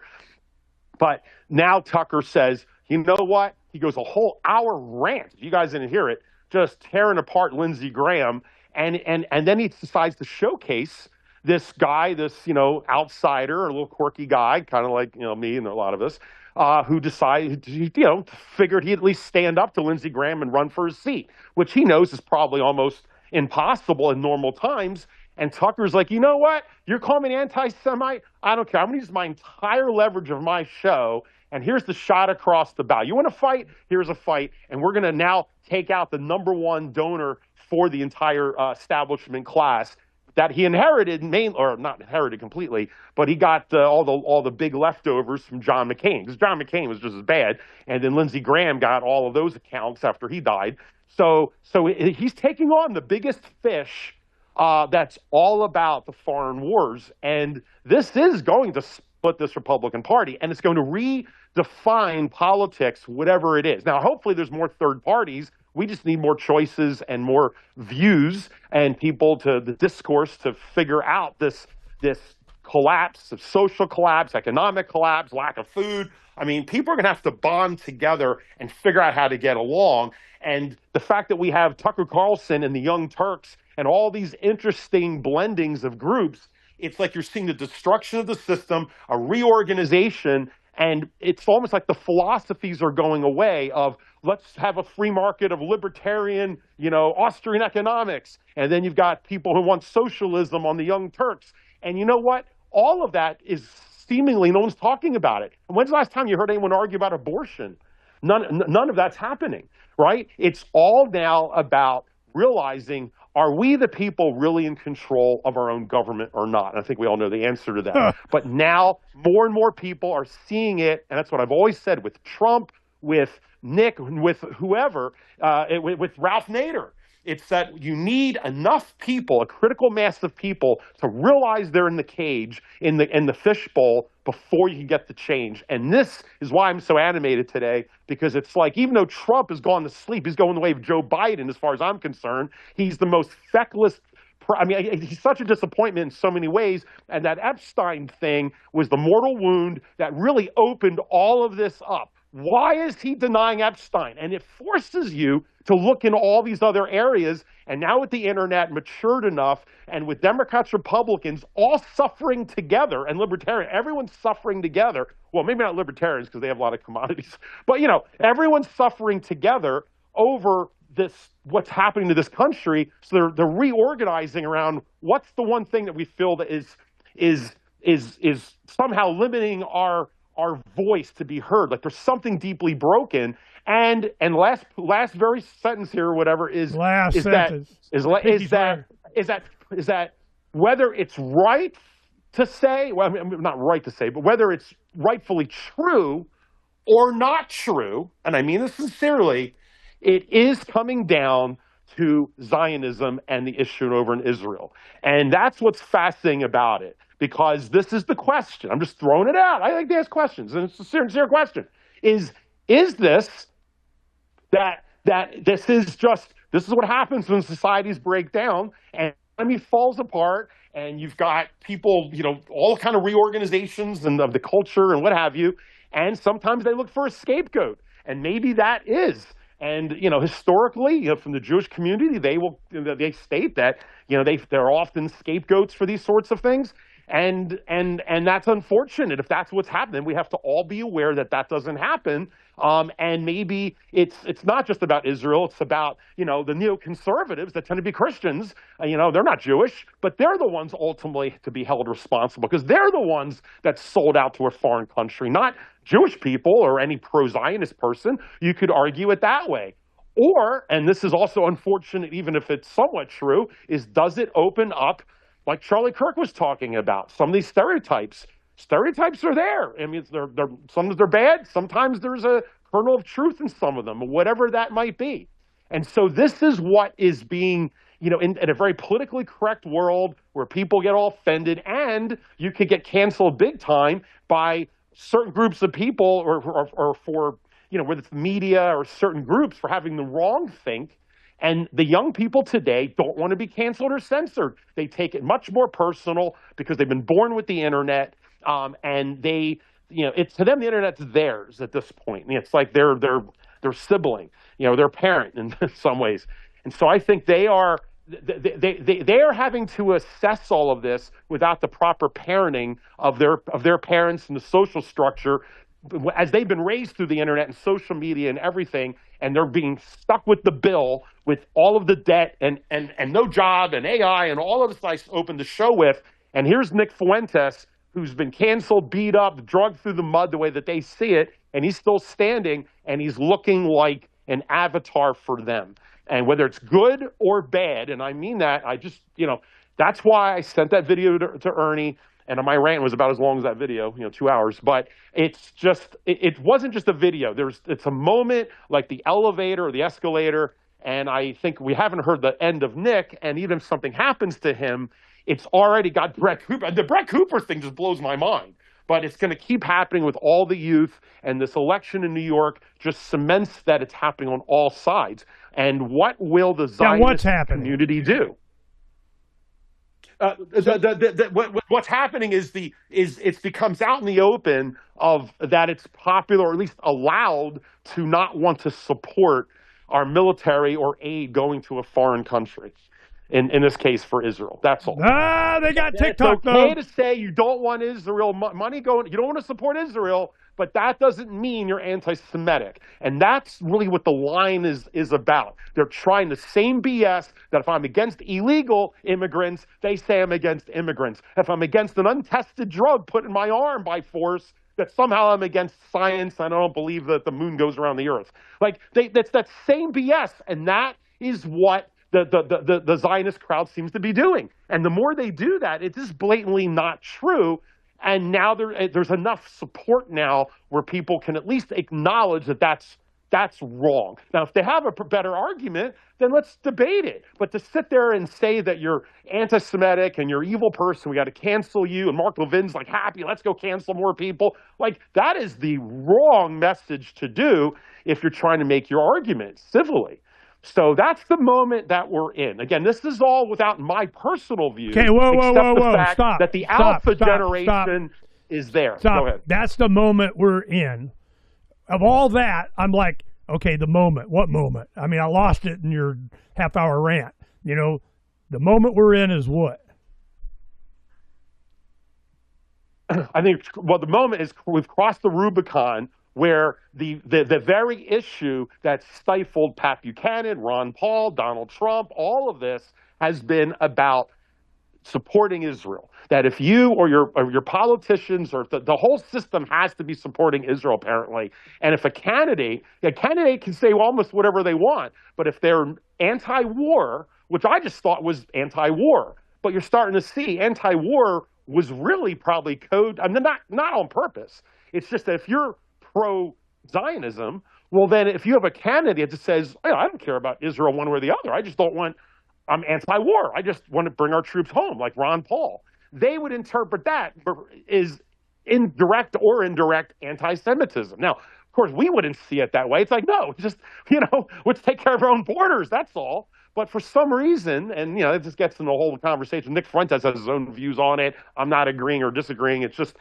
It's that, for some reason, the pro-Zionist crowd looks at anyone who says, I don't want to send money for Israel. If you don't want to send money to Ukraine, that's okay. If you don't want to send money to Zimbabwe, that's okay. But if you say you don't want to send money to Israel, suddenly you're an anti-Semite, and they'll cancel you or destroy you. You can't have any shot at being president or whatever. We saw what a lot of this happened with Ron Paul and others. So it seems to be a theme about that. And, if you want to have a debate whether America, whether Israel is a strategic partner in certain ways that we should support them at all costs, they give Congress money. Countries, then let's have that conversation. It's just like the thing with immigration. I'm against illegal immigrants, not against legal immigrants. Now, if we want to have a debate about having more immigrants, if you say we don't have enough immigrants and we don't have enough workers or whatever, then fine, let's have that discussion. What's the number? Let's talk about how many new immigrants do we need. That's fine. Let's agree to what it is and just however do it many legally. Democrats need to win. That's how many. But that's all my. And there's your point is. Medicaid and food stamps. If you want to discuss when Cell we're phone, bankrupt a and we're house. tired of the wars supporting Israel, then fine. Let's have it discuss. Let's talk about the military presence and how important it is maybe to support the petrodollar. You're not allowed to talk about sit that. there and say you're an anti-Semite and we're going to shut down your campaign. Of course they are. Thought? Okay, Well, let me give you that's the our moment experience. we're at. This is All where right, most people now see. my turn. You talk because This- I have to get work done. Go ahead. Shit. In the 1990s, from the late 60s, there was a thing called the Arizona Breakfast Club. And it eventually evolved to, came down to me, and it was a very conservative, Goldwater, Republican, God, family, country kind of thing. And I was just about the truth. And I joined the board, and finally, and I think it was 96, when they had Bob Dole, talk about Bob Dole. And he was the Antichrist right up until he got the Republican nomination. And I go, man, I can't be part of this. You guys, seriously, And so later on, they trusted me to carry on from 94-year-old Harry Everingham. And we did that until we went on the Love Bus Liberty Tour. And they're trying to resurrect it, and we might do it again. But everybody had to go there, every politician, from Janet Napolitano to congressmen, senators, McCain, everybody had to touchstone with the Arizona Breakfast Club. And it'd get a lot of press. It was, the Saturday mornings used to be broadcast on Channel 5 here, which is now a CBS affiliate. It used to be independent. And it was a thing. You had to touchstone there. Right up until we were anti-gun control. And the militia thing was going, those people bleeding gun guys. And we got to label it as what we got here? Anti-Semitic. That's it. They're anti-Semitic. Boom. That was the label. We can't go over there. Politicians, no more. It's getting too libertarian. So you could see every single penetration into the education of the people. Because if you didn't go to the Breakfast Club, you didn't learn a lot of this stuff. They wasn't on the media. And it was only during campaign season them damn libertarians got up on the podium was saying what's what. Damn it. Well, now you can't swing a dead cat without some politician saying how libertarian they are. In fact, in 2004, when I ran against John McCain, it was because he was saying how libertarian he was in the Chicago Tribune. I go, the hell you are! I'll show you that. Well, that's why I ran. Well, the thing is that during all of this, you could see that label was the off switch for any commentary. You had to be pro-Israel. When I started doing my radio show in 2003, my station was owned by a Zionist. Well, he said, well, you need to talk, bring it. It's like Phranq. Yeah, whatever, man. Let's talk about it. Let's do it. The conversation is always about how special Israel is. And they'll use whatever reason. And we did a thing, it was called Christian Zionism. It was a pastor here in the Valley that was big pro-life guy. How come the Republicans aren't more pro-life, blah, blah, blah. Well, he was going, this Zionism has infiltrated the seminaries. The same thing they do with the American Medical Association, how the medical schools are, you get all vaxxed up, and this is how it's done. Well, the Scofield Bible was really a Jewish Zionist tying Christian pastors into the support of Israel thing. And they went at the base. This is what Chuck Baldwin, is all about. He was part of the moral majority and all that. And Are You Born Again Christians in the 80s and, went to breakfast prayer meetings with Reagan and all this kind of stuff. And he could see what was going on. And he's like, nope, I'm done. And he left his congregation in Florida and went to Montana. And the city up there, what's it called? Whatever. And Don and I have gone and visited up there on the Love Bus Liberty Tour, and we get to go hang and so on. And you see Chuck Baldwin's articles on Freedom's Phoenix a lot. Well, what is it that they were recognizing? We're not in control. This is, who rules you? Those you can't criticize. You say anything that those don't like. And I'm getting from our friend Mr. Green, he's listening to the show and he's sending me and he goes, yep, here we go. He gave me a series of things. Hey, goes Mr. like this. Green, nice to hear that like that. You're being tortured. Scott Pressler and Turning Point push early voting But the system is a total fraud. Early voting is part of the problem. Well, here we go. This is it. Who wants this? Israel. You know, they want to be able to control either side. They don't care. You know, they have Democrat, Republican, whatever. Whoever supports Israel, that's who. You don't get that from Rand or Massey. This is going to be the race. It's going to be Thomas Massey run for Congress out of Kentucky, where isn't that where Mitch McConnell? Oh, breaking news! Breaking news! Breaking news! We got some breaking news. I want to show you some breaking news. All right. While he was going on, I was trying to get this in. Nancy Pelosi announces her retirement. Yay. And what's she going to be replaced with out of San Francisco? I don't know. Bet they vote for Israel, you know? So you're seeing all this battle, but there's no principle. There's no, who's going to, keep our money for us for our reasons? Is it Trump? No. Because he's got a bigger plan or something. I have no idea. He's playing 4D Trump. Can I ask you a question? Can you get to a point, do you think, where it doesn't matter as much if I know you're going to say no, but if your voice doesn't matter and you're being ripped off and all this keeps happening, just sit back and say, well, I believe that we should have 22% tax rate and someone else's principle is a 4% tax rate, and you're sitting here having that debate, and meanwhile there's like drive-by shootings going past you and people, and the whole thing's falling in, their house is burning down, and it's like you're arguing over passages in the Bible. I don't know. I'm not trying to be disrespectful to any of those topics, but I'm just saying in real life, in reality, that's unfortunately, that's what you see during a collapse. It doesn't mean it's right. I'm not trying to I think it's good. It's just, that's what you tend to see towards the end. It doesn't matter about philosophy as long as there's a chicken in my pot. That's human nature, unfortunately, especially those that are in need.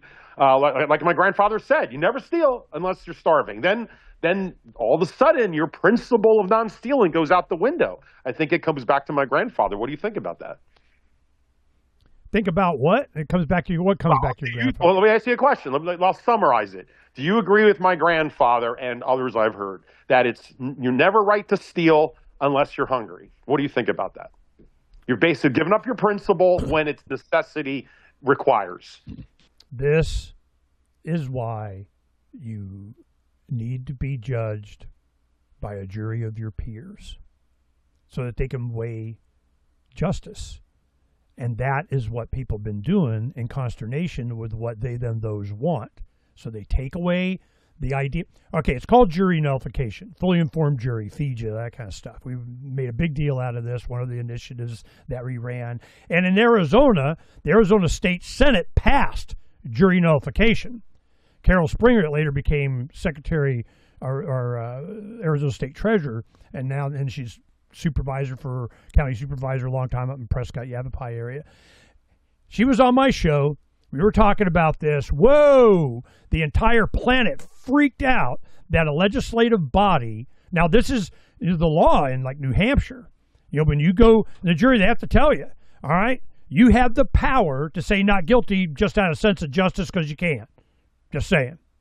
Here in Arizona, it became such a big topic that finally there was a letter of, because I'm the Attorney General, Grant Woods said, because I'm the Attorney General saying whatever, that we don't have to do it, or it goes to the Supreme Court. And they come back and they go, you know what?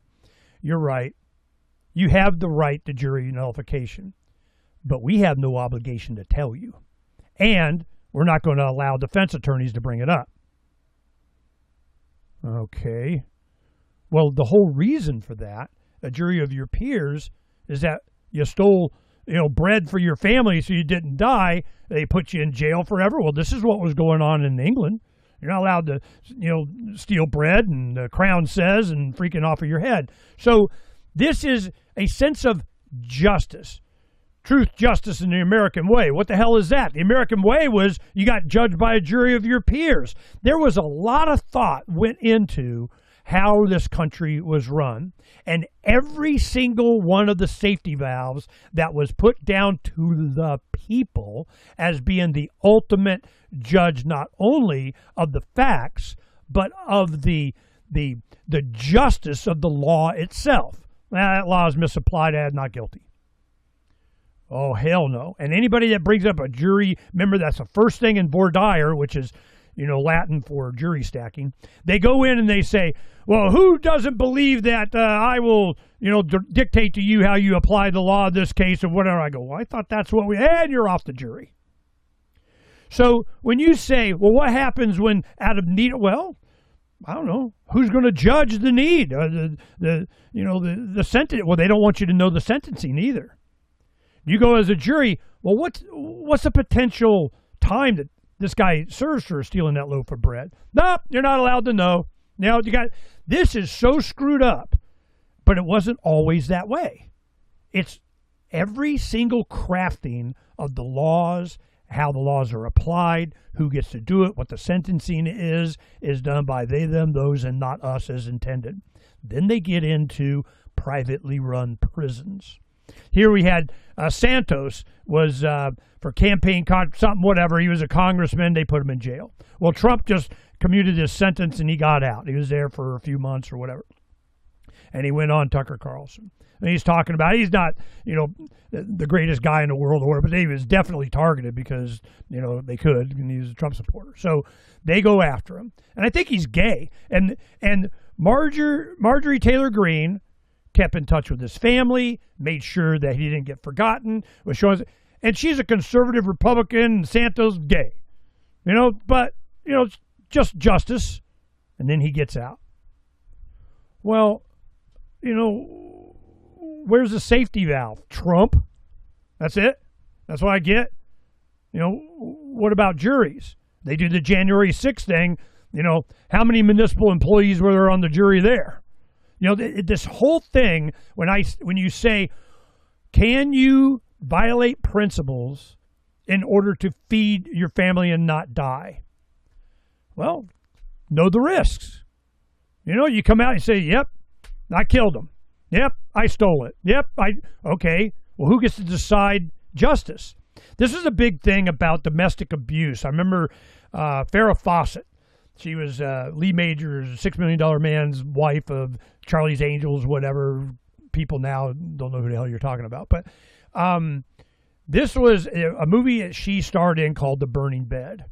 And what it was about was a beat-up woman that set her husband on fire to get away or whatever, and it was a big thing. And what was she justified? Well, who gets to decide? Was he a threat to you at the time? Did he have a gun to your head or whatever? He was sleeping.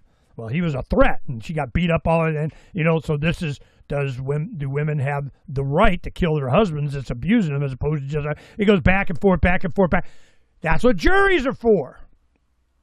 So prosecutors can get, charge them with different things or level whatever they think they can get away with. But how is justice done now?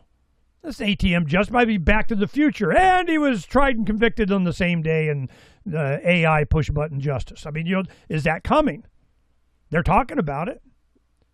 Where's the human element? The reason I brought that up was just about, can you steal to feed, was just to bring down to a common denominator of my point, or what I'm trying to express, which, maybe not successfully, which is I think we're at this moment where, and not just now, but I think it's been going on. But who's going to judge, Phranq? Well, who's the judge? Well, the people. It's just, I don't know. They took it away. This is the moment we're at. And that's where you and I have been arguing since the Trump took it report. away. Now what? And you and I were in the same boat about the Trump, with Ron Paul, the philosophy, the whole bit. But where you and I diverged, and so did Gary Franchi. So did Alex Jones. There was all of us were diehard Ron Paul. But then, some of us stuck to what you would say the principles, and I don't say that in any disrespect whatsoever. And then some of us were like, you know what? It's like screw it. Like we saw what Donald Trump needed to do. He wasn't a perfect avatar, but it was a way to expose. And then maybe later on we can get a Ron Paul of the future. But you have to break the system or expose it. And that's where you and I think that's a lot of the dynamics of the Trump report. And look, do I think have I ever defended Donald Trump as being anything close to Ron Paul in philosophy? No, but I still stand by, despite him letting me down so much, I took his cardboard cutout out of my hallway. So that should say Oh, my God. But yeah, I'm going to ship it to Mr. Green. You're going to have a special package come with you. But seriously, like, why did I seem like I was turning off my brain about philosophy, really angering Ernie? It's because I just felt, for me, we had passed another point where there's something else now was becoming more important. It's more like survival for our country and through our culture, which is where we got into all the culture wars, you and I. And that's where it was coming from. And I guess what I think is going to happen, this is what I think is going to happen, is that more and more people are going to be going that direction. Doesn't mean it's right. I just think it's a consequence of the philosophies taking second fiddle to people feeling that they're in survival mode. And the last point, very quickly, is it's magnified with what I've been screaming about on this show for years, which is the culture that's divided. You know, when you have the more divided culture, you have less unification to even start discussing certain philosophies. I know philosophy of freedom to you think transcends culture, but I would just argue any philosophy, religious philosophy, economic philosophy, ultimately you have to be rooted enough where you're kind of in the same mind think, you know, you go to the same schools, the same churches, synagogues, whatever it is. And it was clear in America. You can't. And so you come to low common denominator issues like survival, and you put a damn communist in New York because he's going to make the buses go quicker, and you don't give a crap about anything else anymore. And that's what's dangerous for all of us. No, I can tell you what's going to happen right now. The mindset is transportation's free. I'm not paying for the bus or the subway, and Walmart's got stuff I need on the shelves. I'm going to get it. You know, this is what's coming. And then how is he going to control that? Law enforcement, New York is going to become San Francisco. It's going to be the same thing. Chicago. This is occupy the land. You know, this is one thing I've been trying to get in. This is Ricky Gervais is a guy, what does he do? Golden Globes, I think, or whatever. He'd make fun of all the people and how Epsteined up they were and everything, and they just keep bringing him back because he gets ratings really good, but I don't think they're bringing him back now, man. He really has been hammering on. And now he has a big billboard in London. And what does it say? Welcome to London. Don't forget your stab vest. Billboard. They're arresting people for forwarding, hell, even looking at memes. Ricky Gervais puts a freaking billboard up. Welcome to London. Don't forget your stab vest, with him, sitting there with a drink up. Okay. What are they going to do to him? I don't know, but here we go. This is a cultural thing. This is what you're talking about. This is London's lost. I don't know how turns around, and now Ireland's fighting for its life. Well, why?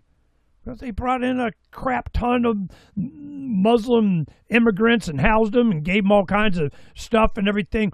Why? And not the people. This is just a sense of justice. When you have the American experiment, can people govern themselves? Yeah, I think so. I think the wisdom of the crowd is not so bad, and the voting thing, but it's bastardized. And now you got Turning Point, supporting their Israeli handlers, going, we need early voting. We're pushing early. You need early vote. Get that early voting thing going on. This is so bad, and for the Trump administration to be part of this is what the hell just happened. And then what's going on with Kash Patel? I can't even figure out what the hell is that about. And where's Bongino in this? So I am looking at, wow. They got something on everybody. There's some threat, some global, oh my God, this is going to something. I have no idea. But it's not a principle of anything. You can rationalize and justify, but I need.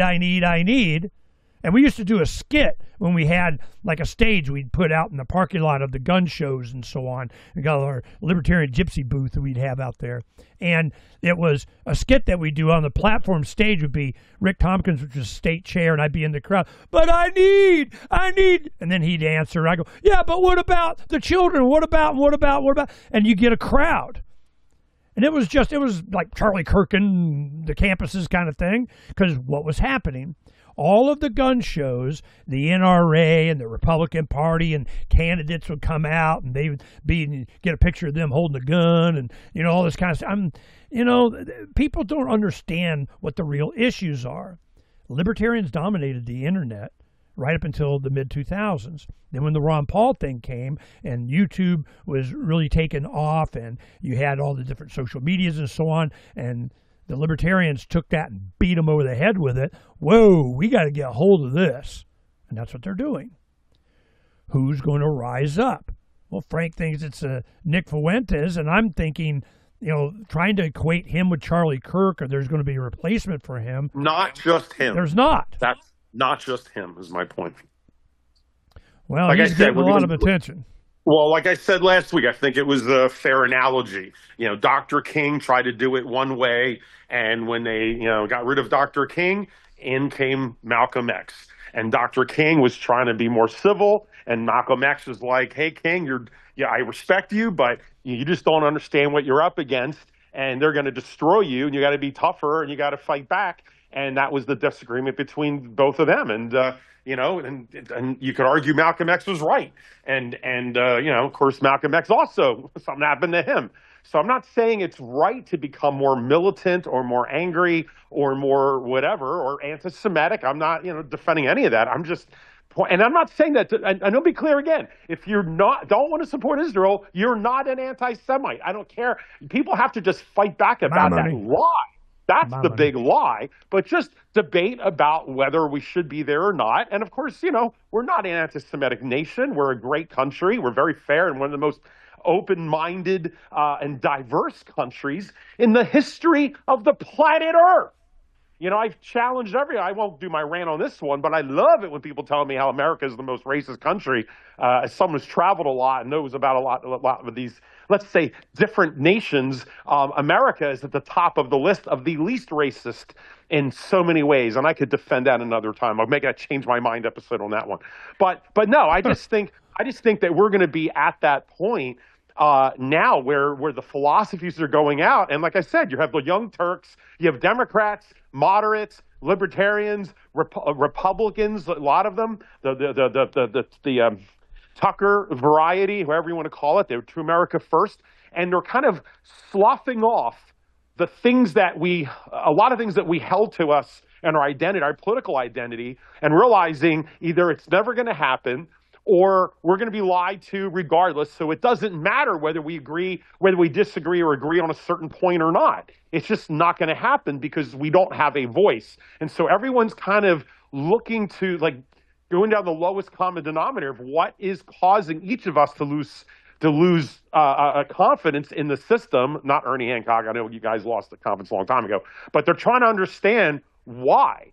And why we hate each other and why people are pitted against each other. And they're starting to realize how the news media has been used to pit people against each other. And I think that the whole shroud is coming off and people are seeing it for just like what Ron Paul did for many people. And then it was amped up with the Tea Party with Ron Paul, of course. And then what Donald Trump did and destroyed so much of the establishment over 10 years. It took a while.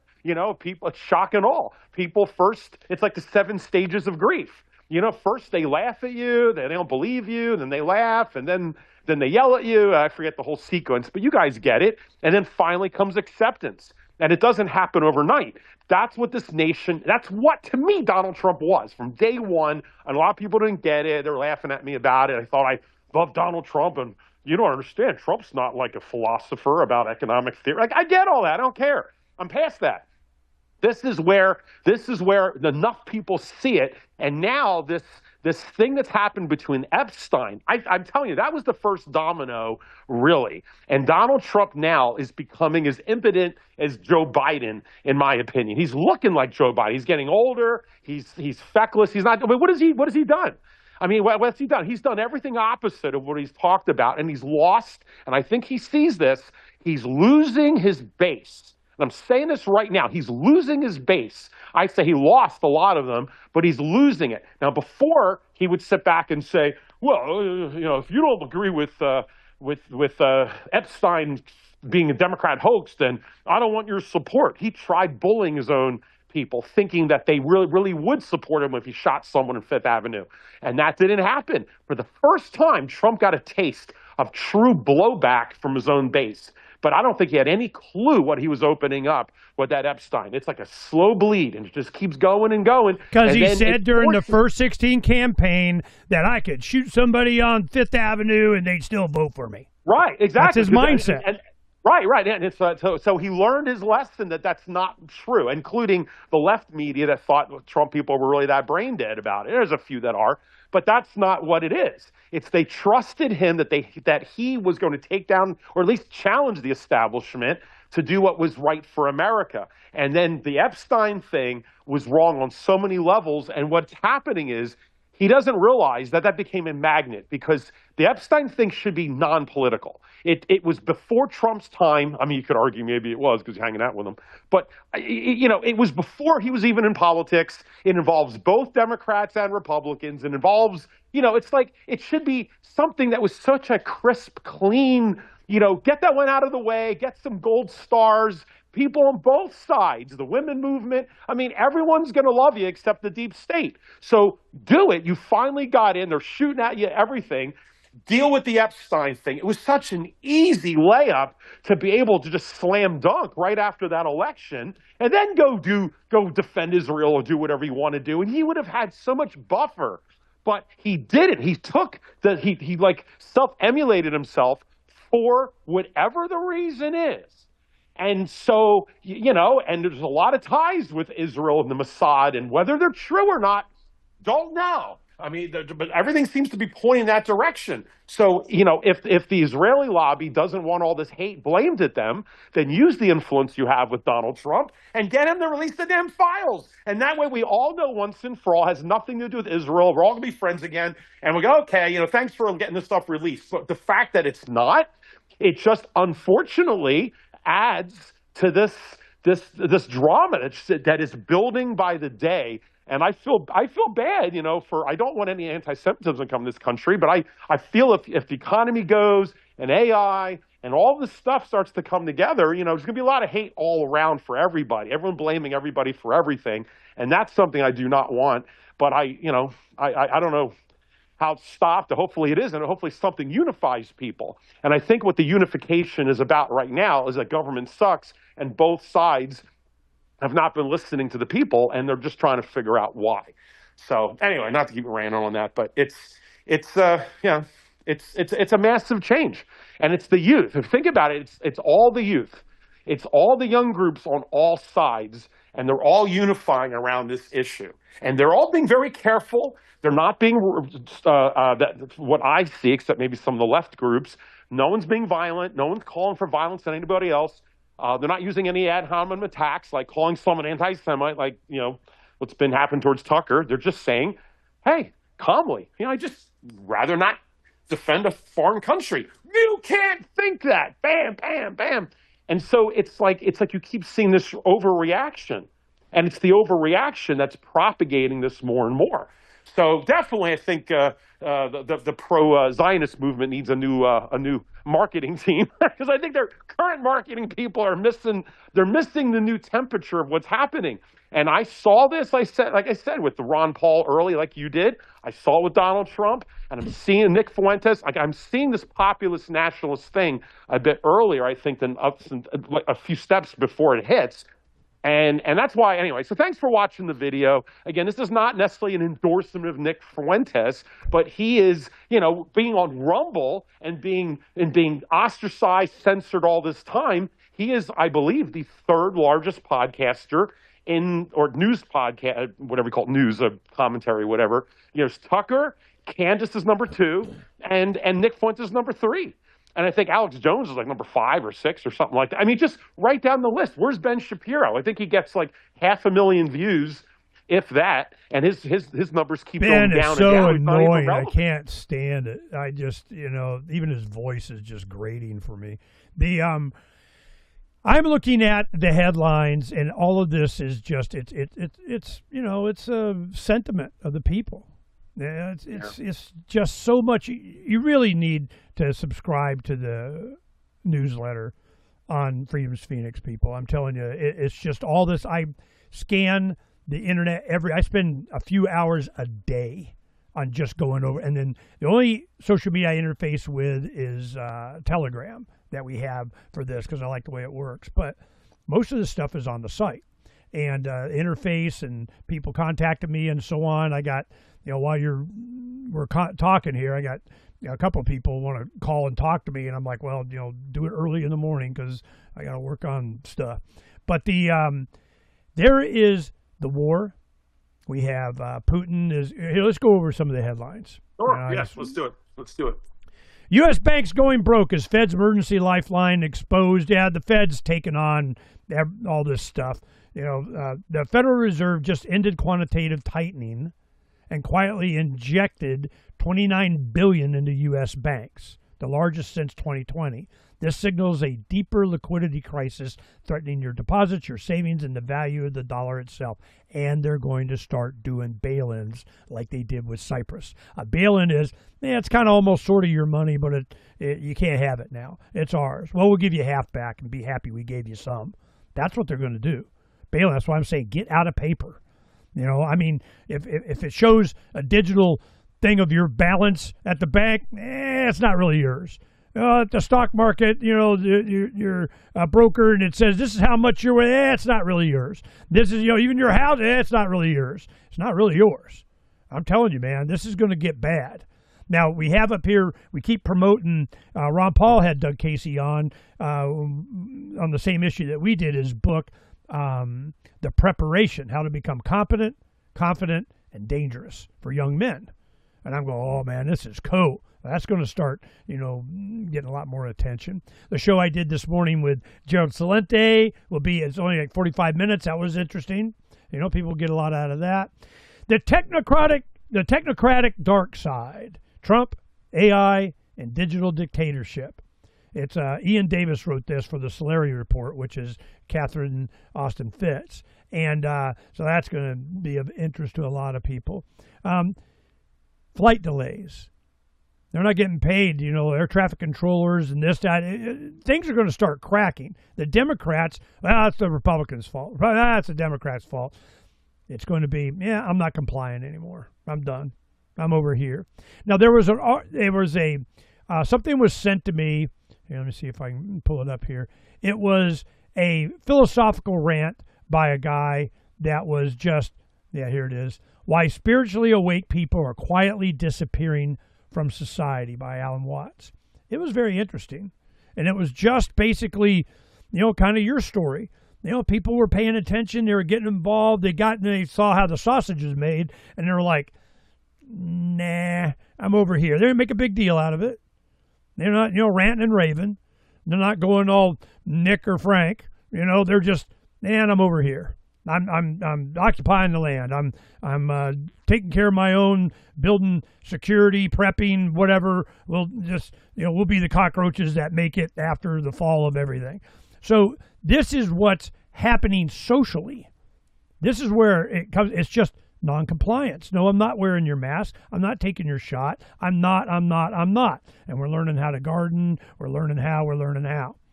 So there's a bunch of these stories. We do a lot on growing your own food. We're doing a lot on your health. We're doing a lot on other things that are really going to become important. And you can see everything has a category. What category is it in? Gold and silver, economics, vaccines. I mean, you go into those categories, you go, damn, man, there's a lot of stuff. Yeah. You want to know what's up? Now, here's the headline from Whatfinger. Now, Whatfinger is kind of the Republican MAGA Drudge Report kind of thing. Drudge Report's gone. That's whatever. But here we have Betraying Trump. Top 3 stunning moments from Marjorie Taylor Greene on The View. She went on The View with Whoopi Goldberg and Blair, liberal women, whatever, and she kicked ass. I thought. You watched it? Yeah, I can't believe you and I both watched it. She was fantastic. That was a coming out moment for her. 3 stunning moments, that she portrayed. Bullshit. She kicked ass. And she charmed them. The audience, Yep. I thought she whipped their butt. Yeah. But she said how much she loves Trump. She supports Trump. But she didn't, go all in on the Israel thing. She didn't. Betrayer. Really? Is it that really? There is a line in this civil war that they keep amping up, and this is part of it. What finger is Big MAGA, Big Marjorie, Big Trump, big? Oh, she's going to get, Thomas Massey'd. She's going to, you're not allowed. But what's her constituency? It's in Texas, isn't it? Yeah, I think she's Texas. And it's just like congressional district where Ron Paul was. I didn't give a crap what everybody else said. Hell, he delivered 4,000 something of the babies. I mean, it's like, I delivered all my, constituents. Well, I think she's kind of got the same thing going on. Then there's, a bunch of stuff. This is one that's interesting that keeps doing, Paul Craig Roberts used to be in the Reagan administration back in the day. And he has a blog that we look at a lot, and he goes, Societal Death by Feminization. And he says, Helen Andrews has written an important article, The Great Feminization, thus saving me the effort. And the bottom line of this has been any society that goes more matriarchy or it's feminized the men to do kind of whatever, this woke thing, and, the patriarchy of men providing a nice nest for their family, kind of that's all going on. We don't need men. The force is female. They get impregnated by the force, and they have little woke Jedi babies or whatever the hell they did in that Disney Acolyte series. Was really, and he's talking about every society that goes down this feminization route implode. And he gives a lot of reasons and so I thought it was interesting. Now, here I thought this was cool. We got New York City polling stations swatted, plus ballots list Mamdani twice. You look at the ballots, they were going after conservative, same crap they always do. Same. Well, on the actual ballot, it had Mamdani listed twice. And I'm going, what the hell was that about? It was, he was listed under one thing and then another thing. Whatever. And then, of course, they count both of them. This is, European billionaires funneled $2 billion into NGO network to fund anti-Trump protest machine. So money's going in on yeah, of course it is. And after they get away from USAID, did you stop the spigot? Hell no. They were just using your money to do it, and damn it, we're going to have to pony up with our money that we got plenty of, and we'll do whatever. Turning Point spokesman, no exit wound, a miracle. Charlie Kirk show producer Andrew Colvett repeats extremely dubious claim reportedly made by the surgeon who operated on Kirk. There was no exit wound, and we had kind of. This whole thing is weird. It is weird right off of the bat. I mean, the start, there is something, Donna goes, my wife says, yeah, we're never going to find out. I go, yeah, we probably will when it's too late. I mean, we're going to find, just like JFK stuff. I mean, eventually you find out. But what Turning Point is doing now, in my opinion, Turning Point is done. It's just an Israel thing now. And I'm going, yeah, I don't see. That's why there's such a rise. Where are the young men going? Because they were wanting the Epstein list. They were wanting, Charlie Kirkisms. They were all over it. Even the men in my family. I had no idea they listened to Charlie Kirk as much as they did. And they were affected by it. And I'm going, wow. Are they going to be supportive now? Probably not. Where do they go? Nick Fuentes! Maybe we'll see. I think it's just a, spillover from them abandoning Turning Point and going, Nick Fuentes, because he's saying hard on some of the stuff that like I said, you switch from, it goes from Dr. King to Malcolm X. And you didn't know how many people are listening to Kirk. I'd be very fascinated to talk to your family members, just see him here listening to Nick at this point, especially after this past week. I mean, he got so much free advertising thanks to Ben Shapiro. Yeah. It's amazing. You know, here's the headline. This is where it's going. And I put this stuff up. Now, this is on Lou Rockwell by Andrew Wallace, you know, a popular guy. LouRockwell.com, not slackers. I mean, they put up, you know, what they think is, you know, appropriate to share. Workers don't have the American dream because Congress gave it to the Zionist Jewish lobby. Is that true? There's a lot of evidence. You know, so this Mandani thing is, you know, Mandani vote middle finger to the man? Is that what it is? And then what do we get? Tommy Robinson, which was, you know, calling out the grooming by the Muslim gangs in the UK of, you know, damn immigrant, whatever, he's being all conservative. Then he had a big giant rally in London and Elon Musk came on the Jumbotron, you know, and I mean, it is, UK, man, they don't like it. Well, Tommy Robinson was acquitted after refusing to unlock phone under UK Terrorism Act. But he had to go through all the crap. He was acquitted. It means what? I don't know. That's shifting. Then we have prestigious art museum bosses brutally fired over claims she was too focused on DEI exhibits. Well, you know, the head of the Philadelphia Art Museum has been fired following mounting concerns from board members that her focus on inclusive exhibits was overshadowing other priorities. These people infiltrated the entire planet. It was everything, all over, all at once. How much are we carving back? Based on what? Principle. I don't know, principle that you don't like Trump, I guess. You know, there is no real principle. I see it coming, and I just feel better by having the mindset that you're not going to fix it through the political process. There may be signs that people are pissed. There may be signs of polling data. There may be signs. But they're all manipulated. Every single one of them. You go on like there was this one thing I subscribed. You'll see it promoted all over the internet called Ground News.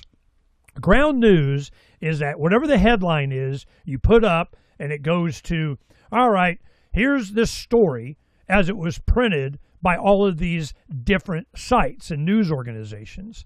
And they'll go, okay, these are left, these are right. And the same story will have totally different headlines, totally different perspectives. I subscribed to it, and I went on, and within a day or 2, 3, I got it. I'm like, nah, that's not what I needed. So I get a contact email from them. Why did you unsubscribe? You know, what was it wasn't what I was looking for. I wasn't looking for, I already know, you know, which way it leans. I'm not an idiot. I can see what's going on. I was looking for new sources of information, new information. I was looking for not an evaluation of how liberal or conservative the story was from whatever media outlet.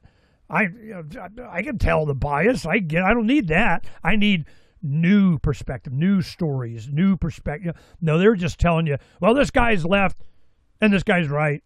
You know, pick a side. Ground News. I'm not picking sides. I don't care. I just want the information. This is what am I afraid? No fear. The reason that fear is a choice. And it's very influential on you. Fear is the mind killer. And you want to control people. You just got to make them afraid, get them to do whatever the hell they want. Well, after a while, you're just like, God, I get it, man. The world's going to go to, well, they're not here in the desert. Now I don't see the clipboard. They're not, you know, fixing the road in front of my desert.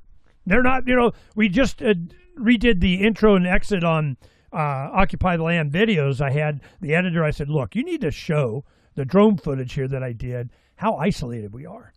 You look, and I mean, it's to the horizon. It's just us. So I don't feel all this imminent whatever. The only thing I'm worried about is, you know, my Amazon delivery I get to have to go to the post office. I can go get my stuff. Well, Supply chain is going to be going. That's why we had to have our mesh network, why we're doing, Zano as a community-based agri market thing of, we're out here working with our neighbors, being a good neighbor, participating, and it's growing. And I can see that we're not going to escape this. There is no escaping this debt. If they're thinking they're going to inflate our way out of the debt, then what do we have? Inflation. And they got the stable coin thing is tied to what? The dollar. Well, it'd be easy to spend your $1 million on your loaf of bread. But it's fast and easy and cheap to spend $1 million for a loaf of bread. This is so bad that, I can get Social Security. I'm old enough. What am I? 63, 4, whatever. But I can get it now. I never thought I'd have access to it, that it would be there. Well, if I start applying for it and get it, what strings is that? Every time I look at it, it's like, no, I'm not doing, no. You're limited. You totally agreed to whatever. So sooner or later, I may, just to see if I could even get any or it be worth anything. So I got many other things to worry about than whether I get my entitlement check of whatever. Because when you do that, you got to sign up for Medicaid. You got to sign up, fill out here, financial plan here, your account of. If you're dependent on the government for this kind of stuff, I just don't feel any benefit to your soul. I don't want to dance with the devil. You're not going to change him. And the devil is in the politics, the detail of the politics. I am principle, absolutely. You violate the principle, that's your Judeo-Christian thing. Thou shalt not steal. Well, that's a property right issue. Thou shalt murder. That's life, liberty, and property. Life, liberty. You don't have your life. You don't have any liberty or property or life. Thou shalt not murder. Thou shalt not steal. Thou shalt not covet. Envy of whatever. I see a bunch of coveting going on. So this is why Charles would say, because they didn't know better. They needed some kind of a guide. Well, that became America. When they talk about this Judeo-Christian, they're talking the Ten Commandments, the Golden Rule, justice, compassion, love, empathy. This is stripped from government. It always is. So what do? You have to go back to what you control. Your life, your body, your liberty, your property. And the purpose of government was to protect those very things from all enemies, foreign and domestic. The constitutional individual rights guarantees that we have in the Bill of Rights to the individual. Well, then I get a bunch of court cases sent to me. There was one that if it's repugnant to the Constitution and violates the property right, well, then it's null and void on its face and you don't got to follow it. Yeah, try and do that now. You may be like, Tommy Robbins, and you may get away with it, but you're going to go through the crucible. You're going to get put into the fire. You're going to have to pay. And if you defend yourself and, from aggression or home invasion or all this other stuff, well, we're going to prosecute you for using a gun and doing it yourself. This has to change. How does it change? General public opinion. Well, what's the general public opinion? Whatever the hell they say it is. In support of Israel, for damn sure on top of the list. This is not going to go well. The reason you had the October whatever Hamas, killed all those people at that festival and everything, that was right in the middle of Netanyahu going to go on trial. He's going to go to jail. Well, not if I do this. No, they wouldn't do that. That'd be wrong. We are so manipulated. And we need to wrap up the show, but I'm telling you, I look forward to doing the Trump report, just hanging out with Phranq, and I'll watch it. You send me a video, I'm going to have you watch one too. I got plenty for you to watch. But the thing, what we were looking at was a 233 gazillion trillion dollars. I remember in 2005, Bill Bonner and Addison Wiggins wrote the book Empire of Debt, and it was all about weapons of mass destruction, derivatives. Well, then The Big Short happened just a couple of years later. Boom, and they kicked that can down the road. How much are they going to, quantitative? Well, they stopped the quant. Well, they started it again. It's just stealing your money. It's just inflating it away. And then they get first access to it. How did, BlackRock, Blackstone, Blackheart, whatever the hell out there, how did they get access to this initial money from the Federal? Where did that come from? How did they do? Who are these people? Nuclear war, comply no more. Well, I'm going to put into freaking any war. Anyway, Trump is going, yeah, we're going to be testing. Everybody freaked out about doing nuclear. And then it's kind of backtracked on a little. Well, we're just going to be testing the missiles, our hypersonics. We're not going to detonate anything. We're just, ouch, quit it. Sooner or later, Phranq's going to come around that it just doesn't matter and he doesn't care. Because it's getting I'm pretty close. Bad. I'm pretty close. He's already took down his, Trump cutout, which is like, it was 6 foot tall. Tim Picciott had it when he was a big Trump guy. That was yours, too.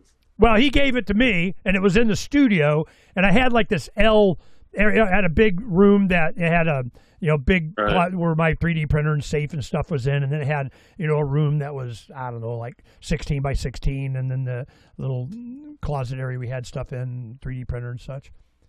And as I walked around the corner from the studio, the desk that we had in there, and it's all nice in the background, all that kind of stuff. When I walked around the corner to go out the door, there was Trump.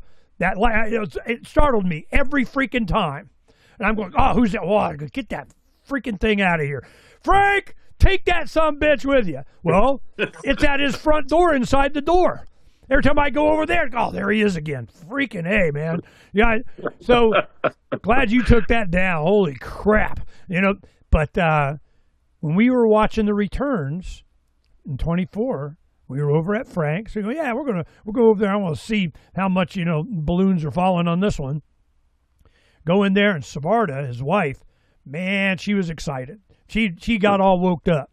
Donna, the same thing happened to her. Dr. Paul cured her apathy. When she went on the road with me, and I said, watch, all the stuff that we've been doing, this is the manifestation of this on an international level. I want you to go with me. And when we left Sky Harbor, they pulled me aside, wanted to, search about it. It happened to me all the time. I was on some list. They have some code on your ticket or something. And they pulled me over, and she was going sublight speed of opening the zippers, of swabbing, my luggage. I'm going on, and I said, is this normal? Donna's standing there waiting on me watching this. And I go, I look at her, and I look back at the woman doing it. I go, is this normal?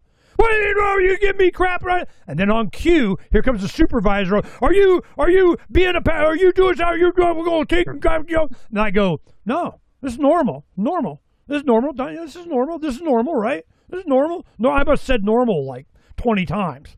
No, it's all normal. This is normal. Normal. That pissed them off. It's interesting. I know we're winding this down already, don't worry.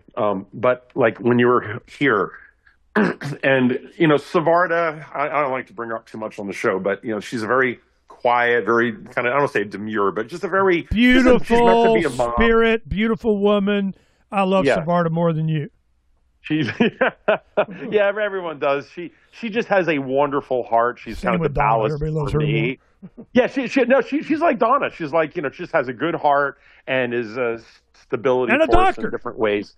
And a doctor on top of that, and a great mom. It's just, which is great. But it's like she doesn't have any vindictive bone in her. She's the person that will cry just to make sure that everyone gets. I mean, not on purpose, but she'll do anything to avoid conflict and make sure everyone's happy. And just like some great hearts are, they'll do anything to make everyone happy, right? That's the type of person she is. I'm sure we all have people like that in our lives. Hopefully our mothers, people like that. Well, this whole thing about principle versus, I guess a reaction or principle being pushed aside. I'm going to bring it up. It's kind of a little bit what happened with Savarda that night, and you were here. Not that she doesn't have principles, but when we did the Ron Paul campaign, it was all about the Federal Reserve. It was about, stop the wars. It was about, these kind of the principles that we all fought for.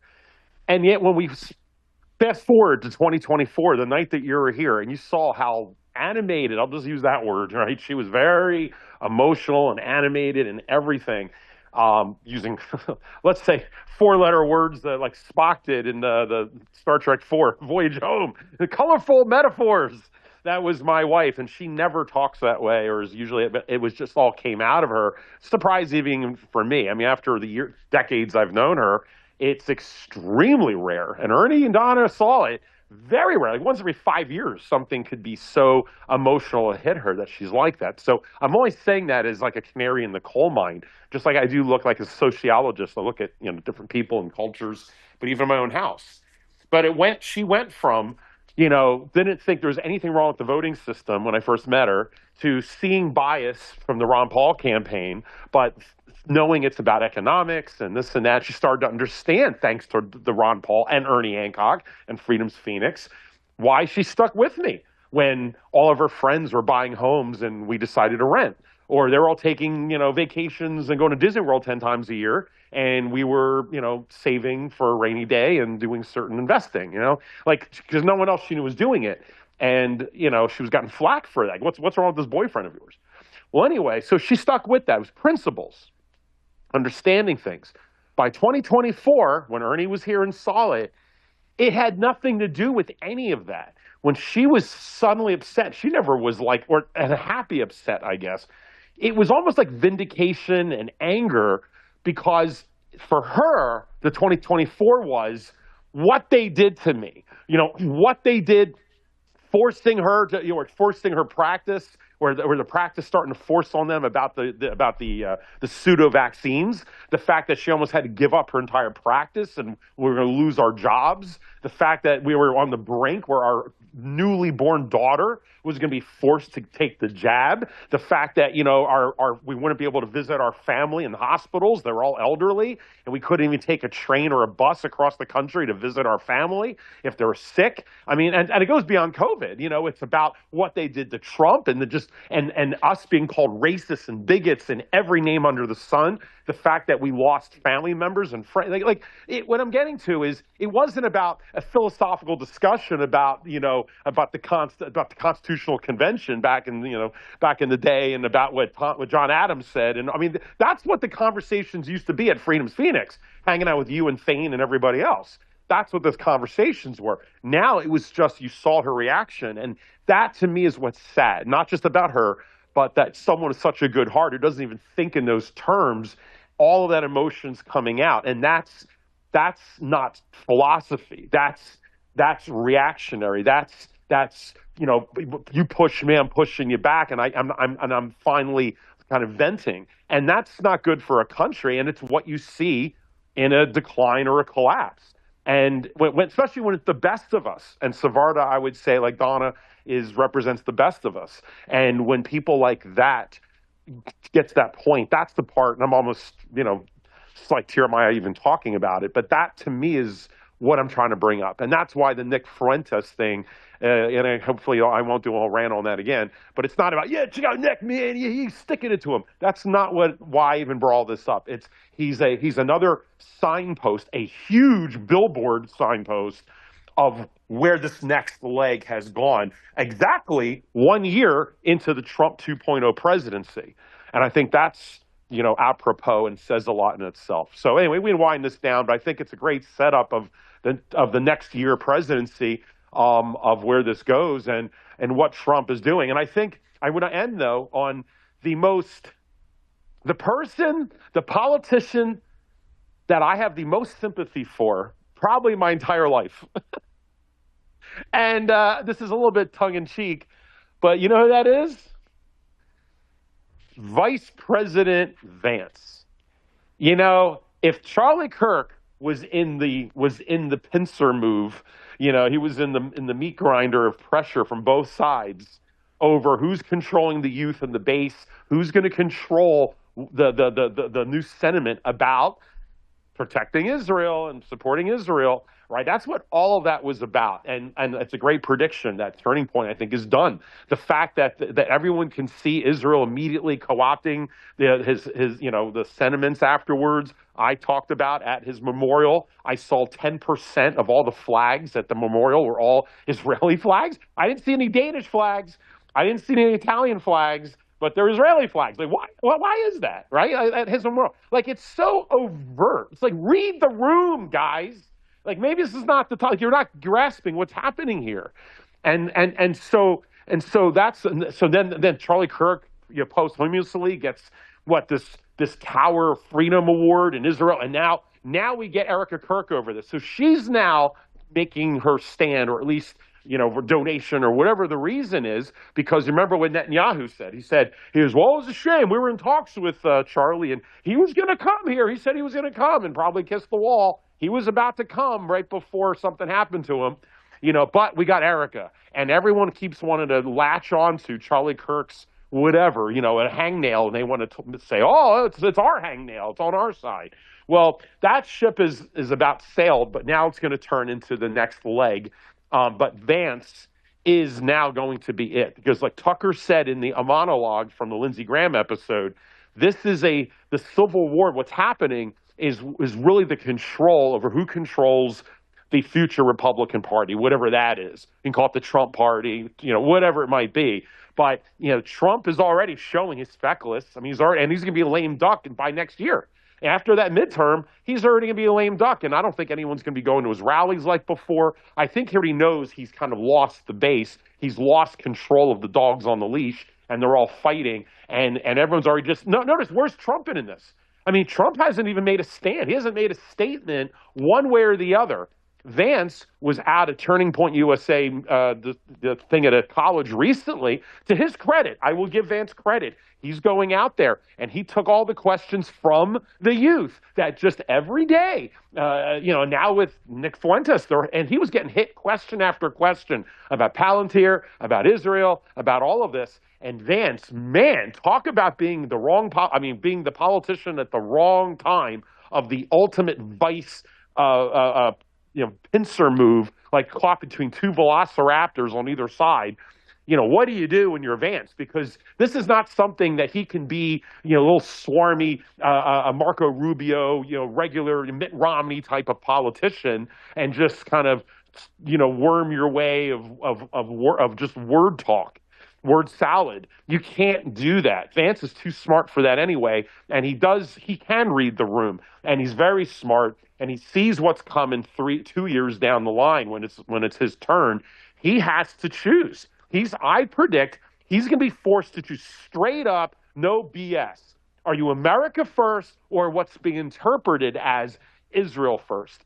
And I don't know, he's going to have to thread that needle somehow that's acceptable to both if he's thinking he can win. But otherwise, this issue is going to split the Republican Party and probably make the Republican, the true America first group, probably combine with a lot of the Democrats and independents. And there might be some swapping spit of some issues where the principles get diluted in certain ways or changed around the edges for different principles that everyone can agree with enough to get a voting block, whatever that is. And I'm watching that happen in real time, Ernie, with, like I said, with the Young Turks and other groups. It's really astounding. They say the enemy is my friend, and would they make strange bedfellows and all those analogies. Seeing it now. So Vance is someone to watch and really listen carefully to what pipe he's laying down and what he thinks he can, where he thinks he's going. So I'm really watching Vance. I'll bring that up on the show later. All right, Ernie, it's a great show. Even though I did all the talking this time, I admit it. I'll even admit you don't even need your chess clock. You claim victory this time. This time I submit. How's that? I enjoy our conversations because I think it illustrates what is culturally happening. But that's why I keep hammering on the culture of freedom. Because what's the common culture? Freedom. That's the purpose of government, was to protect our individual freedom. You're Judeo-Christian as individuals, not groups. It's not, what do they call them? Groups. They have all these people that, by race, by religion, by country you're from, by national origin, by sexual, by whatever. I don't care. I really don't care. I would what would Jesus do? Or what would Thomas Jefferson do? Or what, somebody you admire has got good virtues, what would they do? But as an individual, you're responsible for it. And then judged by a jury of your peers. Was it justified? They got, how many, big rocks you got to make into little ones in the cage, for whatever they did. It'd be, a sense of justice. But you don't have that sense when your sense of justice is based on identity politics. Well, he was white, or he was black, or he was Jew, or he was something that you're identified as some group thing. That's what was different about America. It wasn't that you were noble, or you were rich, or you were a human being. We're not getting back to that. That is not the fundamental principle that made us Americans, that we are, as a goal, that we're going to that. We're not. And from the top, from the president, the vice president, we rule you, we surveil you, and we share it all with Israel. I'm going, wow, this is not going to work out. So, solution, occupy the land. Thanks, man. Talk to you later. Peace. Peace.